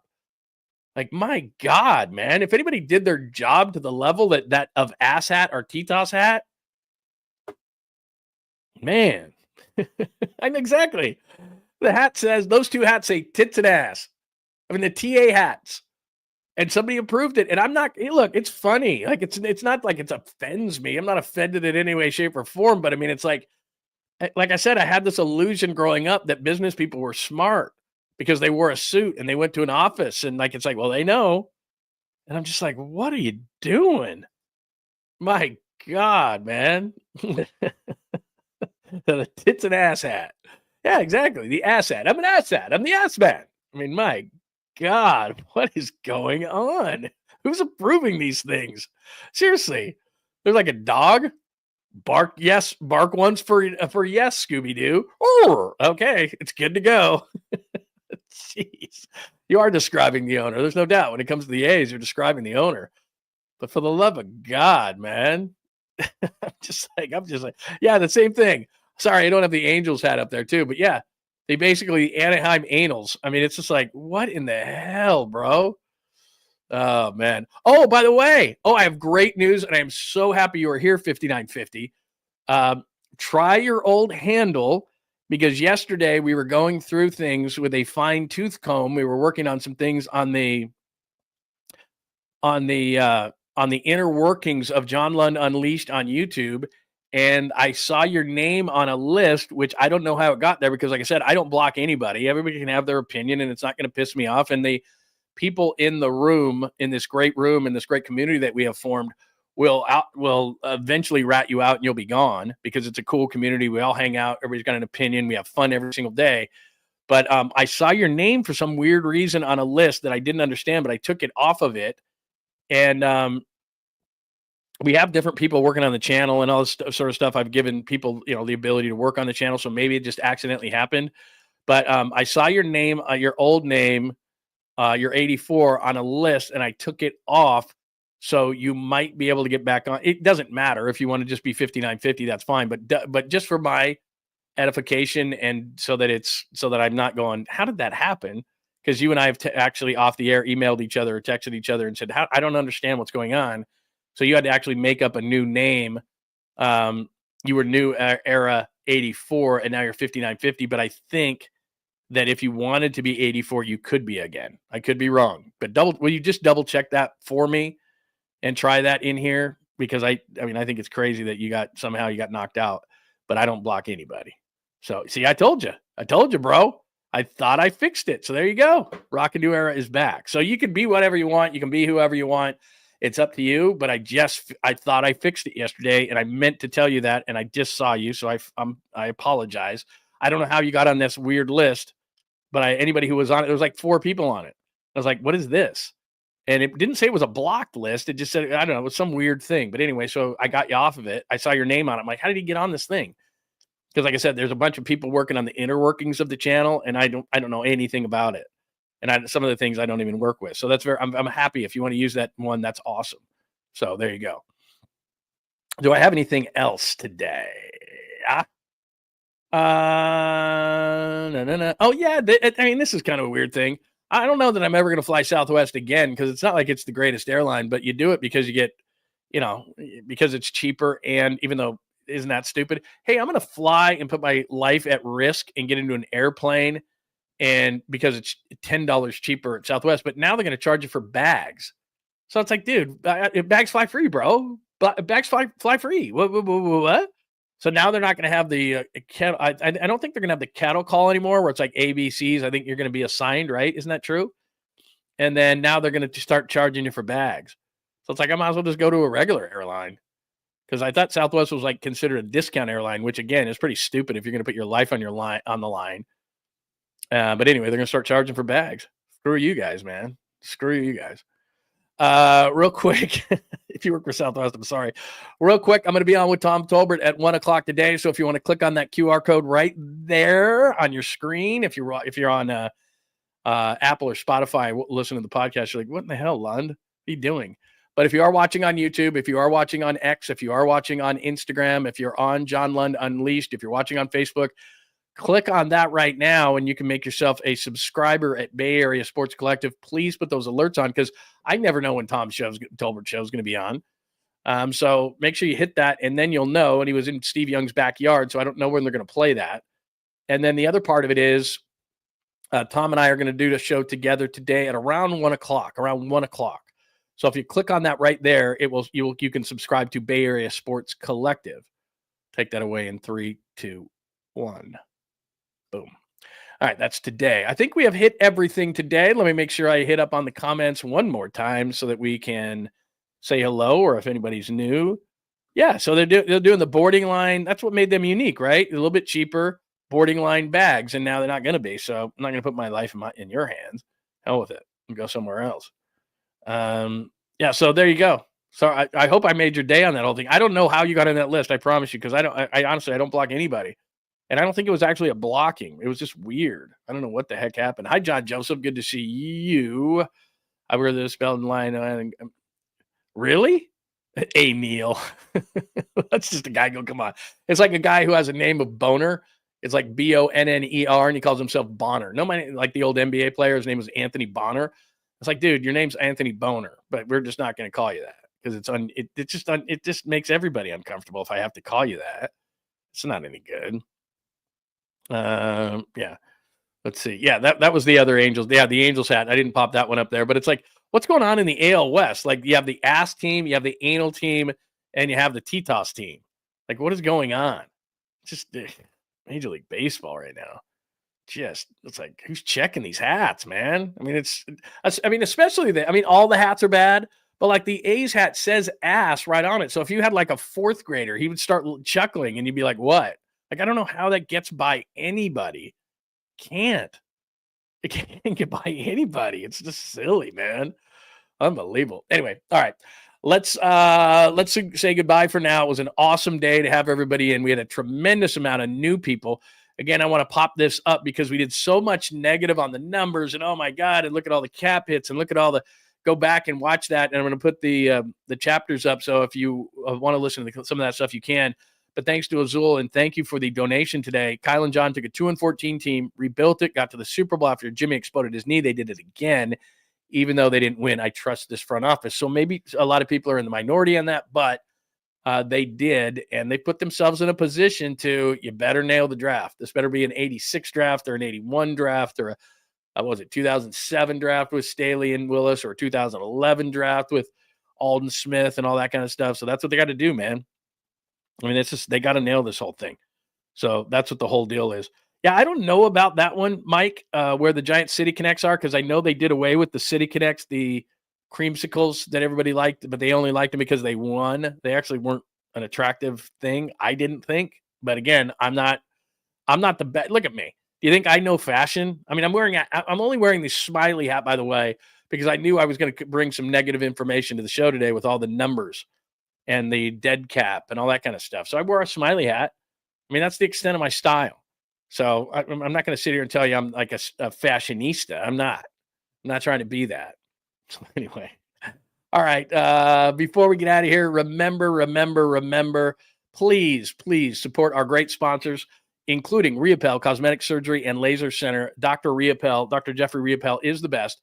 And I'm doing the stuff right now that is going to make you feel absolutely great. The testosterone therapy. I went in, had a blood test with Dr. 𝐟𝐸𝐵𝐿. Yep, my low T. I had low T, went in there, had a short procedure done, and I feel great. Tons more energy. Metabolism is faster for losing weight. Not as irritable as you can tell. I'm in a great mood all the time. Lots of energy. Low T, you don't have to live with it. Dr. 𝐟𝐸𝐵𝐿 is the man when it comes to low T. So all you have to do to feel like I do now, short procedure, that'll do it for months. So maybe you've done it and you've had to take a shot every single week. That's not what you have to do now. It is a great, quick procedure, and you're going to feel great for months. So talk to Dr. 𝐟𝐸𝐿 about it. Click on the code right there. Click on that QR code right there, and you'll be able to go right to the website and make an appointment for yourself. And my wife, as I've told you, is doing the stem cell. Incredible. We have this outdoor fridge and freezer that has all these contraptions and all these ice bags and all these different things. And she's constantly on the couch, like putting these on her shoulder, her elbow. Not anymore. It's been about a month, and she feels incredible. Every morning she wakes up, she's like, I can't believe this. I'm not kidding. So you've heard about stem cell. Make it happen for you. If you are hurting, stem cell is the way to go, and Dr. 𝐟𝐸𝐿 is the place to do it. There's no question about it. Hit that QR code right now, and Dr. 𝐟𝐸𝐿 is going to help you out as well. And that's where it will take you. Let me just show you where you're going to go. You're going to be like, okay, so where do I go? Where is that going to take me? It's going to take you right there.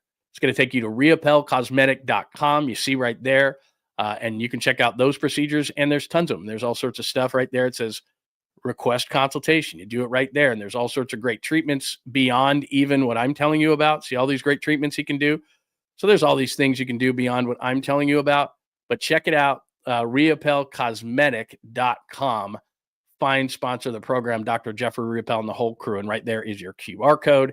And you can check that out. And there it is right there. 𝐸𝐵L Cosmetic, Surgery, and Laser Center. They are awesome. So check it out, whether it's testosterone treatment, which I'm having done, or my wife who's doing the stem cell and feeling better than ever. Dr. 𝐸𝐵L is the place to go. 1 o'clock this afternoon, Bay Area Sports Collective, and right here on John Lund Unleashed. You can see Tom Tolbert and I at 1 o'clock. Why would you tune in? Because you've just had 2 hours plus, 2.5 hours with me. You're like, Lund, I've had enough of you today. One of the reasons to tune in, Tommy was just in the backyard of Steve Young yesterday. So we're going to discuss what they said. And I'm going to throw Tommy this piece of audio that I have from the 1998 NBA Finals, in which I chased Steve Young around a packed court before game 2 between Bulls and Jazz. But what's also funny is the announcer guy says, and Steve Kerr is shooting on one end of the court. So we'll get into that conversation. Plus, you want to get Tommy's thoughts on what's going on with the 49ers. So we'll do that. And Kaminga coming back, and that's probably the biggest part. You know, Tom played for the Warriors and all. So Tommy will give us some insight into Jonathan Kaminga and how he will get folded back in with the Warriors with the addition of Jimmy Butler and as good as they're playing right now so that everything doesn't get screwed up. So that's 1 o'clock today. Make sure also John Lund Unleashed on YouTube. Please subscribe, have those alerts on, and give us the thumbs up. Bay Area Sports Collective on YouTube as well. Please subscribe there. Thank you for watching today on X. We've got a bunch of people on X today, which is really, really cool, at John Lund Radio. If you're on the run, you can watch there. On Instagram as well, at John Lund Radio. And on Facebook, that's my personal Facebook, John Lund. John Lund Unleashed is on Facebook as well. So if you would hit me up on there, that would be tremendous. All right, what do we have today? Just saying thanks to everybody. I really appreciate it. Man, we had a lot of new names in the room today, so it's really, really cool to have everybody in. And please, and we're a great community here, and it's a lot of fun, but just make sure that you welcome everybody. When you see new names and something like that, if you do me a favor and just thank them for coming in, I just really think it's cool that we've got a great community, and as we get larger, I don't want to lose what has made us great. So make sure that we say hello to new people if you would, because it's really cool. We'll make this thing a cult. I'm just kidding. Hit that like and subscribe, players. I like 49ers, Brian. Thank you very much. We appreciate it. But yeah, say hello to everybody, man, because it's really cool that new people are coming in, and I want to make sure that they are like the people that we have in here, which is really cool. And we debate and we have fun and nobody's screaming at each other. See, as I go through this, it makes me really happy because, yeah, I don't see people getting pissed or yelling or screaming or calling somebody a dummy. So we got a really cool group of people here. So it's really, really cool. We dig it. I really dig it. And we got New Era back because something behind the scenes was all screwed up. So I'm happy about that today. All right, everybody have a tremendous, tremendous Hump Day Wednesday. I will see you back here at about 1 o'clock with Tom Tolbert. We'll have a great time. We'll do that on John Lund Unleashed and Bay Area Sports Collective. Have a wonderful rest of your Wednesday. If I don't see you back here at 1 o'clock, have a wonderful day. And again, if anything happens 49ers-wise, Warriors-wise, Giants-wise, or sports in general, we'll jump back in here regardless. Have a great Wednesday, everybody. Thanks for hanging out with John Lund Unleashed. We'll try to be better next time, though I wouldn't hold my breath. Please like and subscribe on the John Lund Unleashed Pod YouTube channel. Watch live shows weekdays at 8 a.m. on YouTube, Instagram, and X. And make sure to have your alerts on for shows throughout the day or night. All things Lund can be found at johnlundunleashed.com. johnlundunleashed.com. Goodbye!